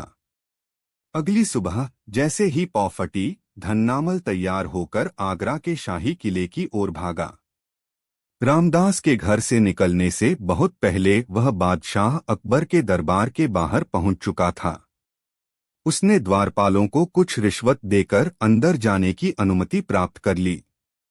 दरबार शुरू होते ही धन्नामल ने हाथ जोड़कर बादशाह के सामने गुहार लगाई, दुहाई हो जहांपना, न्याय कीजिए। मैं लुट गया, बर्बाद हो गया। अकबर ने उसे शांत करते हुए पूछा, क्या बात है सेठ? साफ साफ बताओ। धन्नामल ने झूठे आंसू बहाते हुए एक मनगढ़ंत कहानी सुनाई। हुजूर, मेरे दादाजी ने अपनी मृत्यु से पहले मुझे बताया था कि उन्होंने अपने जीवन भर की कमाई यानी सोने की 500 अशर्फियों का एक कांसे का मटका हमारे पुराने खेत में गाड़ दिया था। वह खेत अब मेरे पड़ोसी गरीब किसान रामदास के पास है। मैं कई वर्षों से उस खजाने को खोज रहा था, लेकिन वह मुझे नहीं मिला। कल उस किसान को वह मटका मिल गया है और अब वह उसे हड़पना चाहता है। वह मेरा खानदानी खजाना है, जहांपना। कृपया वह मुझे वापस दिलवा दीजिए। धन्नामल ने 500 अशर्फिया संख्या पर विशेष जोर दिया ताकि उसकी कहानी सच्ची लगे। अकबर उसकी कहानी सुनकर सोच में पड़ गए। ठीक उसी समय सिपाही रामदास को दरबार में लेकर आए। रामदास के हाथ में वही कांसे का मटका था। उसने आते ही बादशाह को सलाम किया और कहा, अन्नदाता, कल खेत जोतते समय मुझे यह मटका मिला है जो सोने की अशर्फियों से भरा है। यह मेरी संपत्ति नहीं है, इसलिए मैं इसे शाही खजाने में जमा कराने आया हूं। अब बादशाह अकबर एक विचित्र दुविधा में फंस गए।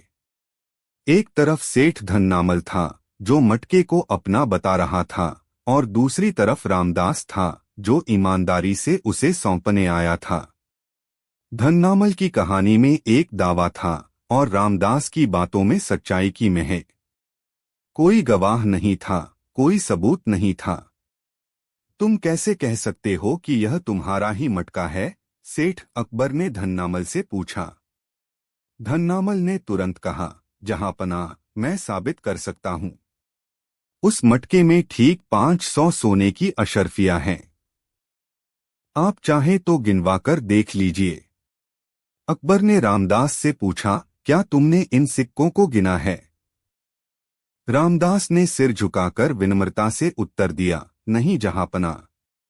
जब यह धन मेरा था ही नहीं, तो इसे गिनने का अधिकार भी मेरा नहीं था।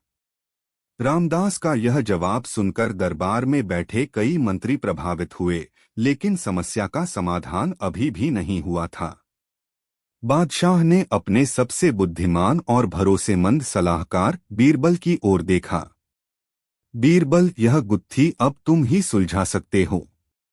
पता लगाओ कि इस मटके का असली हकदार कौन है। बीरबल अपनी जगह से उठे और बादशाह को सलाम किया। उन्होंने एक गहरी नजर रामदास के सरल चेहरे पर डाली और फिर धन्नामल के चालाक चेहरे को देखा। उन्होंने मटके को अपने हाथ में लिया, उसे तोला और उसकी बनावट को ध्यान से देखा। बीरबल ने कहा, जहांपनाह, मामला वाकई पेचीदा है, लेकिन सत्य को छिपाया नहीं जा सकता। उसे बाहर लाने का एक तरीका है। दरबार में मौजूद सभी लोग उत्सुक हो गए कि बीरबल अब कौन सी नई तरकीब निकालेंगे। बीरबल ने दोनों रामदास और धन्नामल को संबोधित करते हुए कहा, यह मटका और इसके अंदर की अशर्फियां बहुत पुरानी हैं। ये सालों तक धरती के नीचे दबी रही हैं। इनमें अपने मालिक की गंध और उसकी आत्मा का अंश बस गया है। मैं आज इन बेजान सिक्कों से ही सच उगलवाऊंगा। यह सुनकर धन्नामल मन ही मन हंसा। उसे लगा कि बीरबल बस बातें बना रहा है। भला सिक्के कैसे बोलेंगे? बीरबल ने एक सिपाही को आदेश दिया, जाओ और एक बड़े से कड़ाह में पानी भरकर उसे तेज आंच पर उबलने के लिए रख दो। सिपाही ने तुरंत आदेश का पालन किया। थोड़ी ही देर में दरबार के बीचों बीच एक कड़ाह में पानी खौलने लगा। बीरबल ने मटका उठाते हुए घोषणा की, मैं एक एक करके इन सभी अशर्फियों को इस उबलते हुए पानी में डालूंगा। जिस तरह दूध का जला छाछ भी फूंक फूंक कर पीता है, उसी तरह यह अशर्फियां अपने झूठे मालिक के दावे से जल रही हैं। जैसे ही यह पानी में जाएंगी, यह अपने असली मालिक का नाम पुकारेंगी। और अगर कोई झूठा दावा कर रहा होगा, तो यह पानी अपना रंग बदल देगा। यह एक अजीब और अविश्वसनीय परीक्षण था, लेकिन बीरबल की प्रतिष्ठा ऐसी थी कि किसी ने सवाल उठाने की हिम्मत नहीं की। रामदास शांत खड़ा रहा, क्योंकि उसे पता था कि वह सच बोल रहा है। वहीं धन्नामल का आत्मविश्वास भी बना हुआ था, क्योंकि वह जानता था कि सिक्के बोल नहीं सकते और पानी रंग नहीं बदल सकता। बीरबल ने नाटक को आगे बढ़ाते हुए धन्नामल से पूछा, सेठ, तुम्हें अब भी पूरा यकीन है कि इसमें ठीक 500 अशर्फियां हैं? अगर एक भी कम या ज्यादा निकली, तो इस उबलते पानी का असर उल्टा हो सकता है और यह तुम्हारा ही नाम पुकारने लगेंगी। धन्नामल ने पूरे आत्मविश्वास से कहा, मुझे अक्षरशः याद है, हुजूर। मेरे दादाजी ने बताया था, पूरी 500 अशर्फियां। बीरबल मुस्कुराए और फिर उन्होंने अपना असली दांव चला। वे बादशाह की ओर मुड़े और बोले, जहांपनाह, इन सिक्कों को उबालने और इनका समय बर्बाद करने की कोई आवश्यकता नहीं है। मुझे लगता है कि असली अपराधी ने अपना जुर्म कबूल कर लिया है। यह कहकर बीरबल ने मटके को उठाया और शाही खजांची को आदेश दिया, खजांची जी, जरा इन अशर्फियों को पूरे दरबार के सामने गिनकर बताइए कि यह कितनी हैं। खजांची ने मटके को एक बड़ी सी थाल में उल्टा कर दिया। सोने के सिक्कों की खनक से पूरा दरबार गूंज उठा। खजांची ने एक एक करके सिक्के गिनना शुरू किया। सबकी सांसें रुकी हुई थीं। धन्नामल का दिल अब जोर जोर से धड़क रहा था। उसे अपनी योजना में कुछ गड़बड़ महसूस होने लगी थी।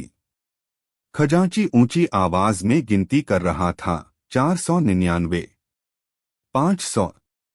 500 सुनते ही धन्नामल के चेहरे पर विजी मुस्कान आ गई। उसे लगा कि वह जीत गया। लेकिन खजांची रुका नहीं।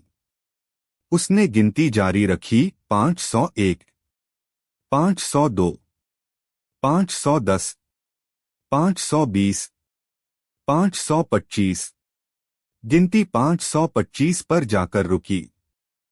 कुल 525 अशर्फिया हैं, हुजूर, खजांची ने घोषणा की। यह सुनते ही धन्नामल के चेहरे का रंग उड़ गया।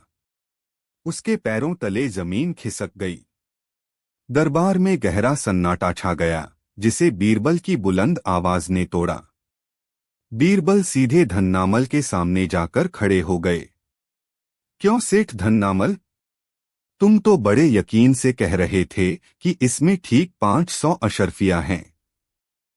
अगर यह तुम्हारा खानदानी खजाना होता तो तुम्हें इसकी सही संख्या पता होनी चाहिए थी, या कम से कम तुम इतने विश्वास के साथ एक गलत संख्या तो नहीं बताते। तुम्हारा झूठ पकड़ा गया है सेठ। तुमने सिर्फ लालच में आकर इस गरीब किसान का हक छीनने और दरबार को गुमराह करने की कोशिश की है। फिर बीरबल रामदास की ओर मुड़े और दरबार से कहा, और इस किसान की ईमानदारी देखिए। इसे अशर्फिया मिली, लेकिन इसके मन में लालच नहीं आया। इसने इन्हें गिना तक नहीं, क्योंकि यह इसे अपनी संपत्ति नहीं मानता था। जहां पनाह असली धनवान तो यह किसान रामदास है, जो धन का नहीं, चरित्र का धनी है। धन्नामल के पास अब कहने को कुछ नहीं था।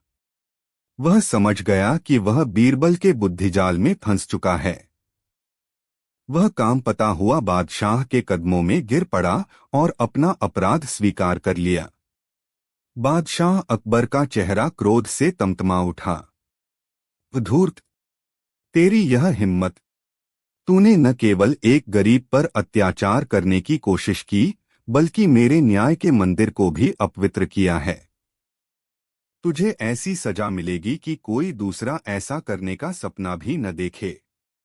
बादशाह ने आदेश दिया कि सेठ धन्नामल की आधी संपत्ति जब्त करके शाही खजाने में जमा कर दी जाए और बाकी आधी संपत्ति गरीबों में बांट दी जाए। उसे 100 कोड़ों की सजा सुनाई गई और जीवन भर के लिए धर्मपुर गांव से निकाल दिया गया। इसके बाद बादशाह अकबर अपनी गद्दी से उतरे और रामदास के पास आए। उन्होंने रामदास के कंधे पर हाथ रखकर कहा, रामदास, तुम्हारी ईमानदारी ने आज हमारा दिल जीत लिया। इस राज्य को तुम जैसे सच्चे और ईमानदार नागरिकों की ही आवश्यकता है, क्योंकि इस मटके का कोई और वारिस नहीं है और इसे तुम्हारी ईमानदारी ने खोजा है, इसलिए आज से यह तुम्हारा हुआ। यह तुम्हारी सच्चाई का इनाम है। यह कहकर बादशाह ने सोने की 525 अशर्फियों से भरा वह मटका रामदास को सौंप दिया। रामदास की आंखों से खुशी के आंसू बह निकले। उसने बादशाह और बीरबल को झुककर धन्यवाद दिया। उस दिन के बाद रामदास का जीवन बदल गया, लेकिन धन आने के बाद भी उसका स्वभाव नहीं बदला। उसने उस धन का उपयोग एक अच्छा घर बनाने, अपने बच्चों को पढ़ाने और गांव के अन्य जरूरतमंद लोगों की मदद करने में किया। वह हमेशा की तरह एक विनम्र और ईमानदार किसान बना रहा। और इस तरह बीरबल की बुद्धिमानी ने एक लालची आदमी को सबक सिखाया और एक ईमानदार आदमी को उसका वह इनाम दिलाया जिसका वह सचमुच हकदार था। कहानी 2। आगरा शहर, जहां मुगलिया सल्तनत की शान हर गली कूचे में बसती थी, वहां यमुना के किनारे एक शांत मोहल्ले में पंडित दीनानाथ शर्मा का छोटा सा घर था। दीनानाथ जी नाम के अनुरूप ही दीन थे, पर ज्ञान और धर्म के धनी थे। वेदों और शास्त्रों का उन्हें गहरा ज्ञान था और उनकी सादगी और ईमानदारी की चर्चा दूर दूर तक थी। उनकी पत्नी शारदा देवी एक पतिव्रता और संतोषी स्त्री थीं। उनकी एक ही संतान थी, उनकी पुत्री लावण्या, जो अब विवाह योग्य हो चुकी थी। लावण्या जितनी सुंदर थी, उतनी ही संस्कारी भी। दीनानाथ जी का बस एक ही सपना था, अपनी बेटी का विवाह किसी योग्य और संस्कारी वर के साथ धूमधाम से करना। इसी सपने को पूरा करने के लिए उन्होंने वर्षों तक पेट काटकर एक एक पैसा जोड़कर सोने की 1000 अशर्फियों की एक थैली तैयार की थी। यह उनकी जीवन भर की जमा पूंजी थी, उनके सपनों का आधार और उनकी बेटी के भविष्य की सुरक्षा। दीनानाथ जी के घर के ठीक सामने एक विशाल हवेली थी। यह हवेली सेठ लक्ष्मीचंद की थी। लक्ष्मीचंद शहर का एक जानामाना व्यापारी था, जिसके कारोबार की जड़ें दूर दूर तक फैली हुई थीं। वह बाहर से बड़ा ही धर्मात्मा और परोपकारी होने का ढोंग करता था। प्रतिदिन मंदिर जाता, दान पुण्य करता और माथे पर बड़ा सा तिलक लगाकर घूमता था। लोग उसकी अमीरी और उसके धार्मिक दिखावे से बहुत प्रभावित थे। दीनानाथ जी भी उसे एक भला और ईश्वर से डरने वाला इंसान समझते थे। पड़ोस के नाते दोनों में अक्सर दुआ सलाम हो जाती थी। लक्ष्मीचंद भी पंडित जी को बड़ा सम्मान देने का नाटक करता, अक्सर उनके पैर छू लेता और धर्म कर्म की बातें करता। समय बीतता गया और दीनानाथ जी के मन में चारों धाम की तीर्थयात्रा करने की प्रबल इच्छा जागी। उन्होंने सोचा कि बेटी के विवाह से पहले यदि वे यह पुण्य कार्य कर लें तो ईश्वर की कृपा बनी रहेगी। लेकिन सबसे बड़ी चिंता थी उन 1000 सोने की अशर्फियों की। घर पर इतना धन रखना सुरक्षित नहीं था और यात्रा लंबी थी, जिसमें महीनों लग सकते थे। पत्नी शारदा ने चिंता व्यक्त की, स्वामी, हम यह धन कहाँ रखेंगे? घर सूना रहेगा और चोरों उचक्कों का कोई भरोसा नहीं। दीनानाथ जी गहरी सोच में डूब गए। उनकी नजर सामने सेठ लक्ष्मीचंद की आलीशान हवेली पर पड़ी। एक विचार उनके मन में कौंधा, शारदा, क्यों न हम यह थैली सेठ लक्ष्मीचंद जी के पास अमानत के तौर पर रख दें? वे हमारे पड़ोसी हैं, बड़े धर्मात्मा और प्रतिष्ठित व्यक्ति हैं। उनकी हवेली में किसी चोर की हिम्मत नहीं होगी। हमारी अमानत वहां सबसे अधिक सुरक्षित रहेगी। शारदा को यह विचार सही लगा। सेठ के धार्मिक स्वभाव और प्रतिष्ठा को देखते हुए इससे बेहतर कोई विकल्प नहीं सूझ रहा था। अगले दिन सुबह दीनानाथ जी अशर्फियों की भारी थैली लेकर सेठ लक्ष्मीचंद की हवेली पहुंचे। सेठ अपने विशाल आंगन में लगे एक पुराने और घने बरगद के पेड़ के नीचे संगमरमर की चौकी पर बैठा था और हिसाब किताब देख रहा था। पधारिए पंडित जी, पधारिए। आज सुबह सुबह कैसे दर्शन दिए? सेठ ने बड़ी विनम्रता से कहा। दीनानाथ जी ने सकुचाते हुए कहा, सेठ जी, एक निवेदन लेकर आया था। हम पति पत्नी ने तीर्थयात्रा पर जाने का निश्चय किया है। यात्रा लंबी है और घर पर हमारी बेटी के विवाह के लिए जोड़ी हुई यह जमा पूंजी है। उन्होंने थैली आगे बढ़ाते हुए कहा, इसमें 1000 सोने की अशर्फियां हैं। आपसे अधिक विश्वसनीय व्यक्ति हमें कोई और नहीं सूझा।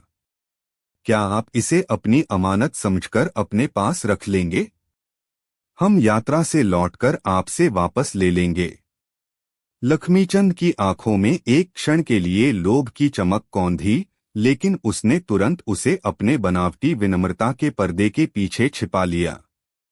उसने हाथ जोड़कर कहा, अरे पंडित जी, यह आप कैसी बात कर रहे हैं? यह तो मेरा सौभाग्य है कि आप मुझे इस योग्य समझते हैं। आप निश्चिंत होकर यात्रा पर जाइए। आपकी यह अमानत मेरी जान से भी ज्यादा सुरक्षित रहेगी। जब तक आप लौटकर नहीं आते, यह थैली मेरी तिजोरी में ईश्वर की निगरानी में रहेगी। यह कहते हुए लक्ष्मीचंद ने दीनानाथ जी के हाथ से वह थैली ले ली और उसे अपने सीने से लगा लिया, मानो वह कोई पवित्र वस्तु हो। दीनानाथ जी उसकी बातें सुनकर पूरी तरह आश्वस्त हो गए। उन्होंने सेठ का धन्यवाद किया और मन में संतोष का भाव लिए अपने घर लौट आए। उन्हें लगा कि उन्होंने अपनी सबसे बड़ी चिंता का समाधान कर लिया है। वे इस बात से अनजान थे कि उन्होंने अपनी जीवन भर की कमाई एक चतुर और लालची भेड़िए के हाथों में सौंप दी थी। पंडित दीनानाथ और उनकी पत्नी शारदा देवी ईश्वर का नाम लेकर तीर्थयात्रा के लिए निकल पड़े। यात्रा कठिन थी, पर मन में एक शांति थी कि बेटी के भविष्य की पूंजी सुरक्षित हाथों में है। उन्होंने काशी, प्रयाग, रामेश्वरम और द्वारका जैसे पवित्र स्थलों के दर्शन किए। हर मंदिर में वे अपनी बेटी के सुखद भविष्य और सेठ लक्ष्मीचंद की भलाई के लिए भी प्रार्थना करते, जिसने उनकी इतनी बड़ी चिंता दूर कर दी थी। लगभग 1 वर्ष का समय बीत गया। जब वे यात्रा से लौटे तो उनके चेहरे पर तीर्थयात्रा का तेज और मन में गहरी शांति थी। घर लौटते ही लावण्या अपने माता पिता से लिपटकर रो पड़ी। माता पिता को सकुशल वापस पाकर उसकी खुशी का ठिकाना न रहा। कुछ दिन आराम करने के बाद दीनानाथ जी ने बेटी के विवाह के लिए योग्य वर की तलाश शुरू की। जल्द ही उन्हें एक बहुत ही संस्कारी और पढ़े लिखे युवक का रिश्ता मिला। लड़के वालों को लावण्या पसंद आ गई और बात पक्की हो गई। विवाह की तिथि निश्चित हो गई। अब दीनानाथ जी को अपनी अमानत वापस लेने की आवश्यकता पड़ी। एक शुभ दिन देखकर वे प्रसन्न मन से सेठ लक्ष्मीचंद की हवेली पहुंचे। सेठ उसी बरगद के पेड़ के नीचे बैठा था, जैसे वह 1 साल पहले बैठा था। प्रणाम सेठ जी, दीनानाथ जी ने हाथ जोड़कर कहा। सेठ ने उन्हें देखा और अनजान बनते हुए कहा, अरे पंडित जी, आप कब लौटे यात्रा से? ईश्वर की कृपा से यात्रा सफल रही होगी। हाँ सेठ जी, प्रभु की कृपा से सब मंगलमय रहा, दीनानाथ जी ने विनम्रता से उत्तर दिया। अब लावण्या का विवाह तय हो गया है, इसलिए मैं आपसे अपनी वह अमानत वापस लेने आया था जो मैंने यात्रा पर जाने से पहले आपके पास रखवाई थी। दीनानाथ जी के शब्द सुनते ही सेठ लक्ष्मीचंद का चेहरा पत्थर की तरह कठोर हो गया। उसने अपनी भौहें सिकोड़ लीं और आश्चर्य का नाटक करते हुए बोला, अमानत? कौन सी अमानत पंडित जी? मुझे तो कुछ याद नहीं। आप शायद भूल रहे हैं, आपने मुझे कुछ नहीं दिया था। यह सुनकर दीनानाथ जी के पैरों तले जमीन खिसक गई। उन्हें लगा जैसे किसी ने उनके कानों में पिघला हुआ सीसा डाल दिया हो। उन्होंने घबराकर कहा, यह आप क्या कह रहे हैं सेठ जी? वह सोने की 1000 अशर्फियों की थैली इसी बरगद के पेड़ के नीचे मैंने आपके हाथों में सौंपी थी। आप भूल कैसे सकते हैं? लक्ष्मीचंद अब गुस्से का नाटक करने लगा। वह अपनी जगह से खड़ा हो गया और ऊंची आवाज में बोला, देखिए पंडित जी, मैं आपकी बहुत इज्जत करता हूं, इसका मतलब यह नहीं कि आप मुझ पर झूठा इल्जाम लगाएंगे। आपने मुझे कोई थैली नहीं दी। लगता है लंबी यात्रा ने आपकी याददाश्त कमजोर कर दी है, या फिर आपकी नीयत में खोट आ गया है और आप मेरी प्रतिष्ठा का फायदा उठाकर मुझसे धन ऐंठना चाहते हैं। दीनानाथ जी स्तब्ध रह गए। जिस व्यक्ति पर उन्होंने इतना विश्वास किया, वह बेशर्मी से झूठ बोल रहा था। उनकी आंखों में आंसू आ गए। वे गिड़गिड़ाने लगे, नहीं सेठ जी, ऐसा अनर्थ मत कीजिए। वह मेरी जीवन भर की कमाई है। मेरी बेटी के विवाह का सवाल है। ईश्वर के लिए सच बोलिए। लेकिन लक्ष्मीचंद पर उनकी बातों का कोई असर नहीं हुआ। उसने अपनी हवेली के नौकरों को आवाज लगाई और कहा, इस ब्राह्मण को यहां से बाहर निकालो।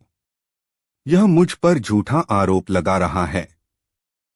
नौकरों ने बेबस और रोते हुए दीनानाथ जी को धक्के मारकर हवेली से बाहर निकाल दिया। दीनानाथ जी सड़क पर गिर पड़े। उनका दिल टूट चुका था। उनका विश्वास चकनाचूर हो गया था। वे लड़खड़ाते हुए कदमों से अपने घर पहुंचे और शारदा देवी के सामने फूट फूट कर रो पड़े। पूरी बात सुनकर शारदा देवी भी सन्न रह गईं। देखते ही देखते यह खबर पूरे मोहल्ले में आग की तरह फैल गई। कुछ लोगों ने दीनानाथ जी से सहानुभूति जताई, लेकिन ज्यादातर लोग लक्ष्मीचंद की दौलत और उसके धार्मिक दिखावे से इतने प्रभावित थे कि उन्हें यकीन ही नहीं हुआ कि वह ऐसा कर सकता है। उल्टे वे दीनानाथ जी को ही लालची और झूठा समझने लगे। दीनानाथ जी ने मोहल्ले के पंचों से गुहार लगाई। पंचायत बुलाई गई। पंचायत में लक्ष्मीचंद ने कुरान और गीता की झूठी कस्में खाकर कहा कि उसने कोई अशर्फी नहीं ली। उसके पास कोई गवाह नहीं था और दीनानाथ जी के पास भी कोई सबूत नहीं था। पंचायत ने सबूतों के अभाव में मामला खारिज कर दिया। दीनानाथ जी हर तरफ से निराश हो चुके थे। बेटी का विवाह सिर पर था और वे कंगाल हो चुके थे। उन्हें लगा कि अब उनके लिए मान सम्मान से जीने का कोई रास्ता नहीं बचा है। वे निराशा के गहरे सागर में डूबते जा रहे थे। जब सारे दरवाजे बंद हो गए और दीनानाथ जी पूरी तरह हताश हो गए, तब उनकी पत्नी शारदा ने उन्हें एक आखिरी उम्मीद की किरण दिखाई।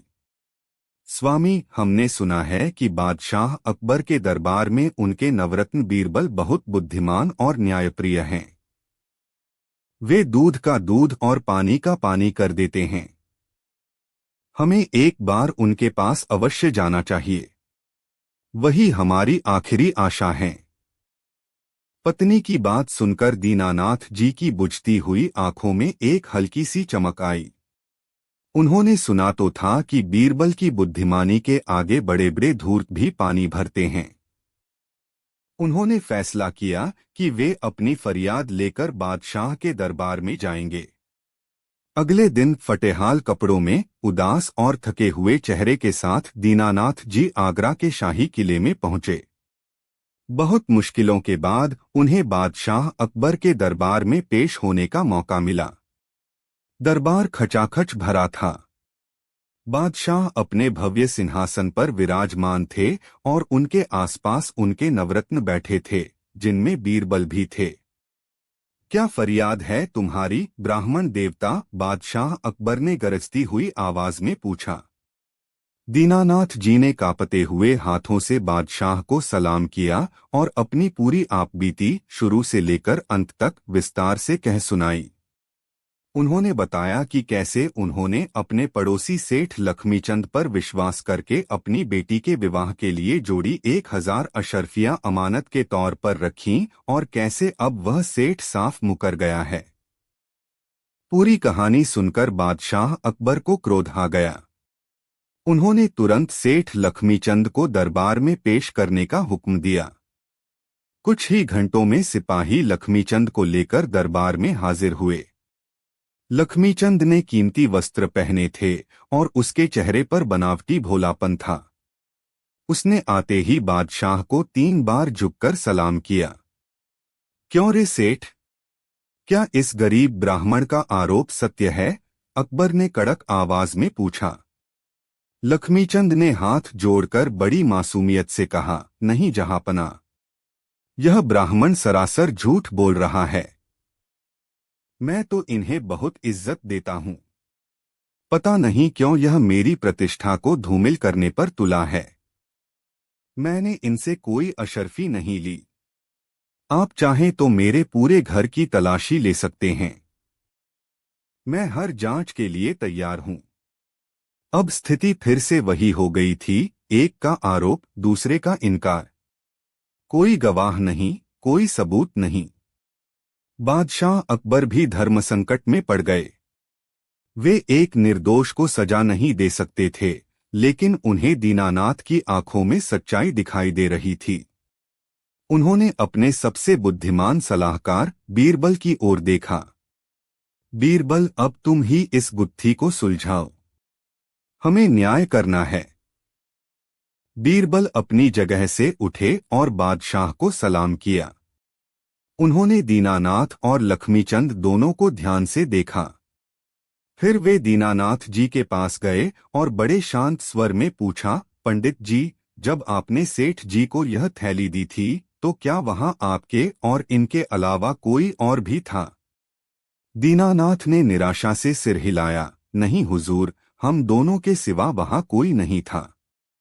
बीरबल ने फिर पूछा, आसपास कुछ तो होगा, कोई दीवार, कोई खंभा, कोई पेड़? दीनानाथ ने कुछ देर सोचा और फिर कहा, हाँ हुजूर, हम सेठ जी के आंगन में एक बहुत बड़े और पुराने बरगद के पेड़ के नीचे खड़े थे। मैंने थैली उसी पेड़ के नीचे सेठ जी के हाथों में दी थी। यह सुनते ही बीरबल के चेहरे पर एक रहस्यमयी मुस्कान आ गई। वे सीधे बादशाह की ओर मुड़े और बोले, जहां पनाह, हमें गवाह मिल गया है। पूरा दरबार हैरान रह गया। गवाह? कौन है गवाह? अकबर ने पूछा। वही बरगद का पेड़, जहां पनाह, बीरबल ने गंभीरता से कहा। वह पेड़ वर्षों से वहां खड़ा है। उसने सच और झूठ दोनों को देखा है। वह अवश्य गवाही देगा। मैं हुक्म देता हूं कि 2 सिपाही तुरंत सेठ के घर जाएं और उस पेड़ से कहें कि बीरबल ने उसे दरबार में गवाही के लिए बुलाया है। यह सुनकर दरबार में बैठे सभी लोग हंसने लगे। सेठ लक्ष्मीचंद भी मन ही मन हंसा। उसे लगा कि बीरबल या तो पागल हो गया है या फिर मजाक कर रहा है। भला एक पेड़ कैसे गवाही दे सकता है? वह पूरी तरह निश्चिंत हो गया। बादशाह अकबर को बीरबल पर पूरा भरोसा था। उन्होंने कहा, ठीक है बीरबल, जैसा तुम कहो। 2 सिपाहियों को तुरंत सेठ के घर उस पेड़ को बुलाने के लिए भेज दिया गया। बीरबल ने सेठ लक्ष्मीचंद से कहा, सेठ जी, जब तक गवाह नहीं आ जाता आप यहीं दरबार में इंतजार करेंगे, और दीनानाथ जी से कहा, पंडित जी, आप थक गए हैं, आप जाकर बाहर आराम कीजिए। दरबार की कार्यवाही रुक गई। सभी लोग उस गवाह यानी पेड़ के आने का इंतजार करने लगे। समय धीरे धीरे बीत रहा था। 1 घंटा बीत गया, फिर 2 घंटे। दरबार में बैठे लोग कानाफूसी करने लगे। कुछ कह रहे थे कि बीरबल आज खुद फंस गया है, तो कुछ को अब भी बीरबल की योजना पर भरोसा था। सेठ लक्ष्मीचंद पहले तो बड़ा शांत और आत्मविश्वास से भरा बैठा था। वह सोच रहा था कि यह बीरबल की कोई बचकानी चाल है जो असफल होने वाली है। लेकिन जैसे जैसे समय बीतता गया, उसके माथे पर चिंता की लकीरें उभरने लगीं। वह बार बार दरबार के मुख्य द्वार की ओर देखने लगा। उसके मन में विचार आने लगे, कहीं बीरबल की कोई और चाल तो नहीं? क्या सिपाही सच में पेड़ से बात करने गए हैं? उन्हें इतनी देर क्यों लग रही है? बीरबल चुपचाप बैठे सेठ की हरकतों पर नजर रखे हुए थे। वे देख रहे थे कि कैसे सेठ का आत्मविश्वास धीरे धीरे घबराहट में बदल रहा था। काफी देर बाद बीरबल ने बादशाह अकबर की ओर देखकर ऊंची आवाज में कहा, जहां पनाह, सिपाहियों को गए हुए काफी समय हो गया। लगता है गवाह आने में आनाकानी कर रहा है। फिर वे अचानक सेठ लक्ष्मीचंद की ओर मुड़े और सामान्य ढंग से पूछा, सेठ जी, आपका घर तो यहीं पास में है। क्या आपको कोई अंदाजा है कि वह बरगद का पेड़ यहां से कितनी दूर होगा? क्या सिपाही अब तक वहां पहुंच गए होंगे? यह एक बहुत ही साधारण सा सवाल था, लेकिन सेठ लक्ष्मीचंद का दिमाग उस वक्त पूरी तरह से उसी पेड़ पर केंद्रित था। वह बीरबल के मनोवैज्ञानिक जाल में फंस चुका था। उसने बिना सोचे समझे तुरंत जवाब दिया, हुजूर, वह पेड़ यहां से कम 1 कोस, लगभग 3 किलोमीटर दूर है। सिपाहियों को पहुंचने में तो समय लगा होगा, पर अब तक तो वे पहुंच ही गए होंगे। लेकिन भला एक पेड़ चलकर यहाँ तक कैसे आएगा? उन्हें उसे लाने में बहुत समय लगेगा। जैसे ही सेठ ने यह वाक्य पूरा किया, पूरे दरबार में एक सन्नाटा छा गया।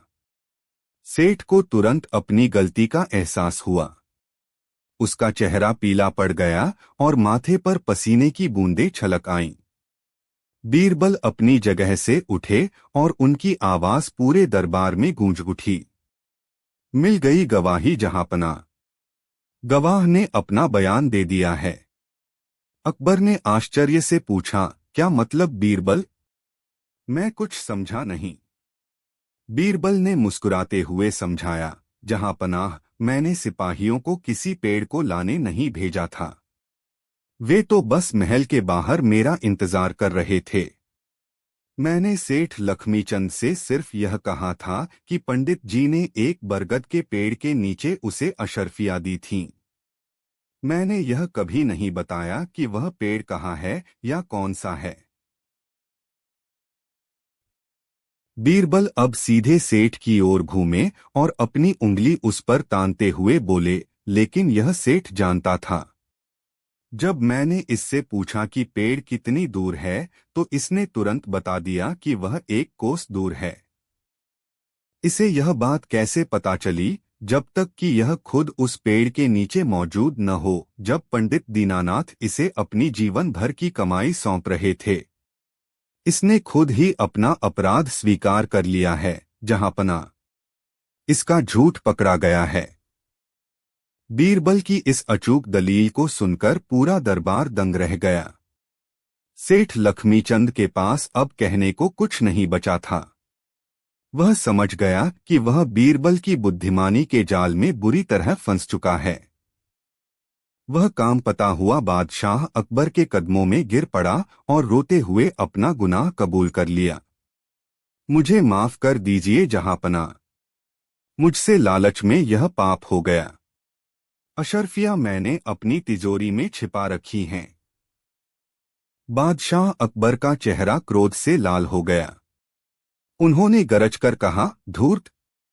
तूने न सिर्फ इस गरीब ब्राह्मण का धन हड़पा, बल्कि धर्म का चोला ओढ़कर विश्वासघात भी किया और मेरे दरबार को गुमराह करने की कोशिश की। तुझे कठोर से कठोर दंड मिलेगा। बादशाह ने हुक्म दिया कि सेठ लक्ष्मीचंद पंडित दीनानाथ की 1000 अशर्फियाँ तुरंत वापस करे और जुर्माने के तौर पर 1000 अशर्फियाँ और दे। साथ ही उसे 100 कोड़े मारने और शहर में उसका मुंह काला करके घुमाने की सजा सुनाई, ताकि भविष्य में कोई किसी के विश्वास के साथ ऐसा खिलवाड़ करने की हिम्मत न कर सके। पंडित दीनानाथ की आंखों में खुशी के आंसू थे। उन्होंने बीरबल के पैर पकड़ लिए। आपने मेरे परिवार को बचा लिया हुजूर। मैं आपका यह उपकार जीवन भर नहीं भूलूंगा। बीरबल ने उन्हें उठाकर गले से लगा लिया और कहा, पंडित जी, यह मेरा कर्तव्य था। सत्य परेशान हो सकता है, लेकिन पराजित नहीं। बादशाह अकबर ने अपनी गद्दी से उठकर बीरबल की पीठ थपथपाई और कहा, वाह बीरबल, वाह! तुम्हारी बुद्धिमानी का कोई मुकाबला नहीं। तुमने आज फिर साबित कर दिया कि तुम मेरे सबसे अनमोल रत्न क्यों हो। इस तरह बीरबल ने अपनी अनोखी सूझबूझ से एक बेईमान पड़ोसी के विश्वासघात का पर्दाफाश किया और एक गरीब ब्राह्मण को न्याय दिलाया। यह कहानी आज भी हमें सिखाती है कि झूठ के पाव नहीं होते और सच्चाई की हमेशा जीत होती है।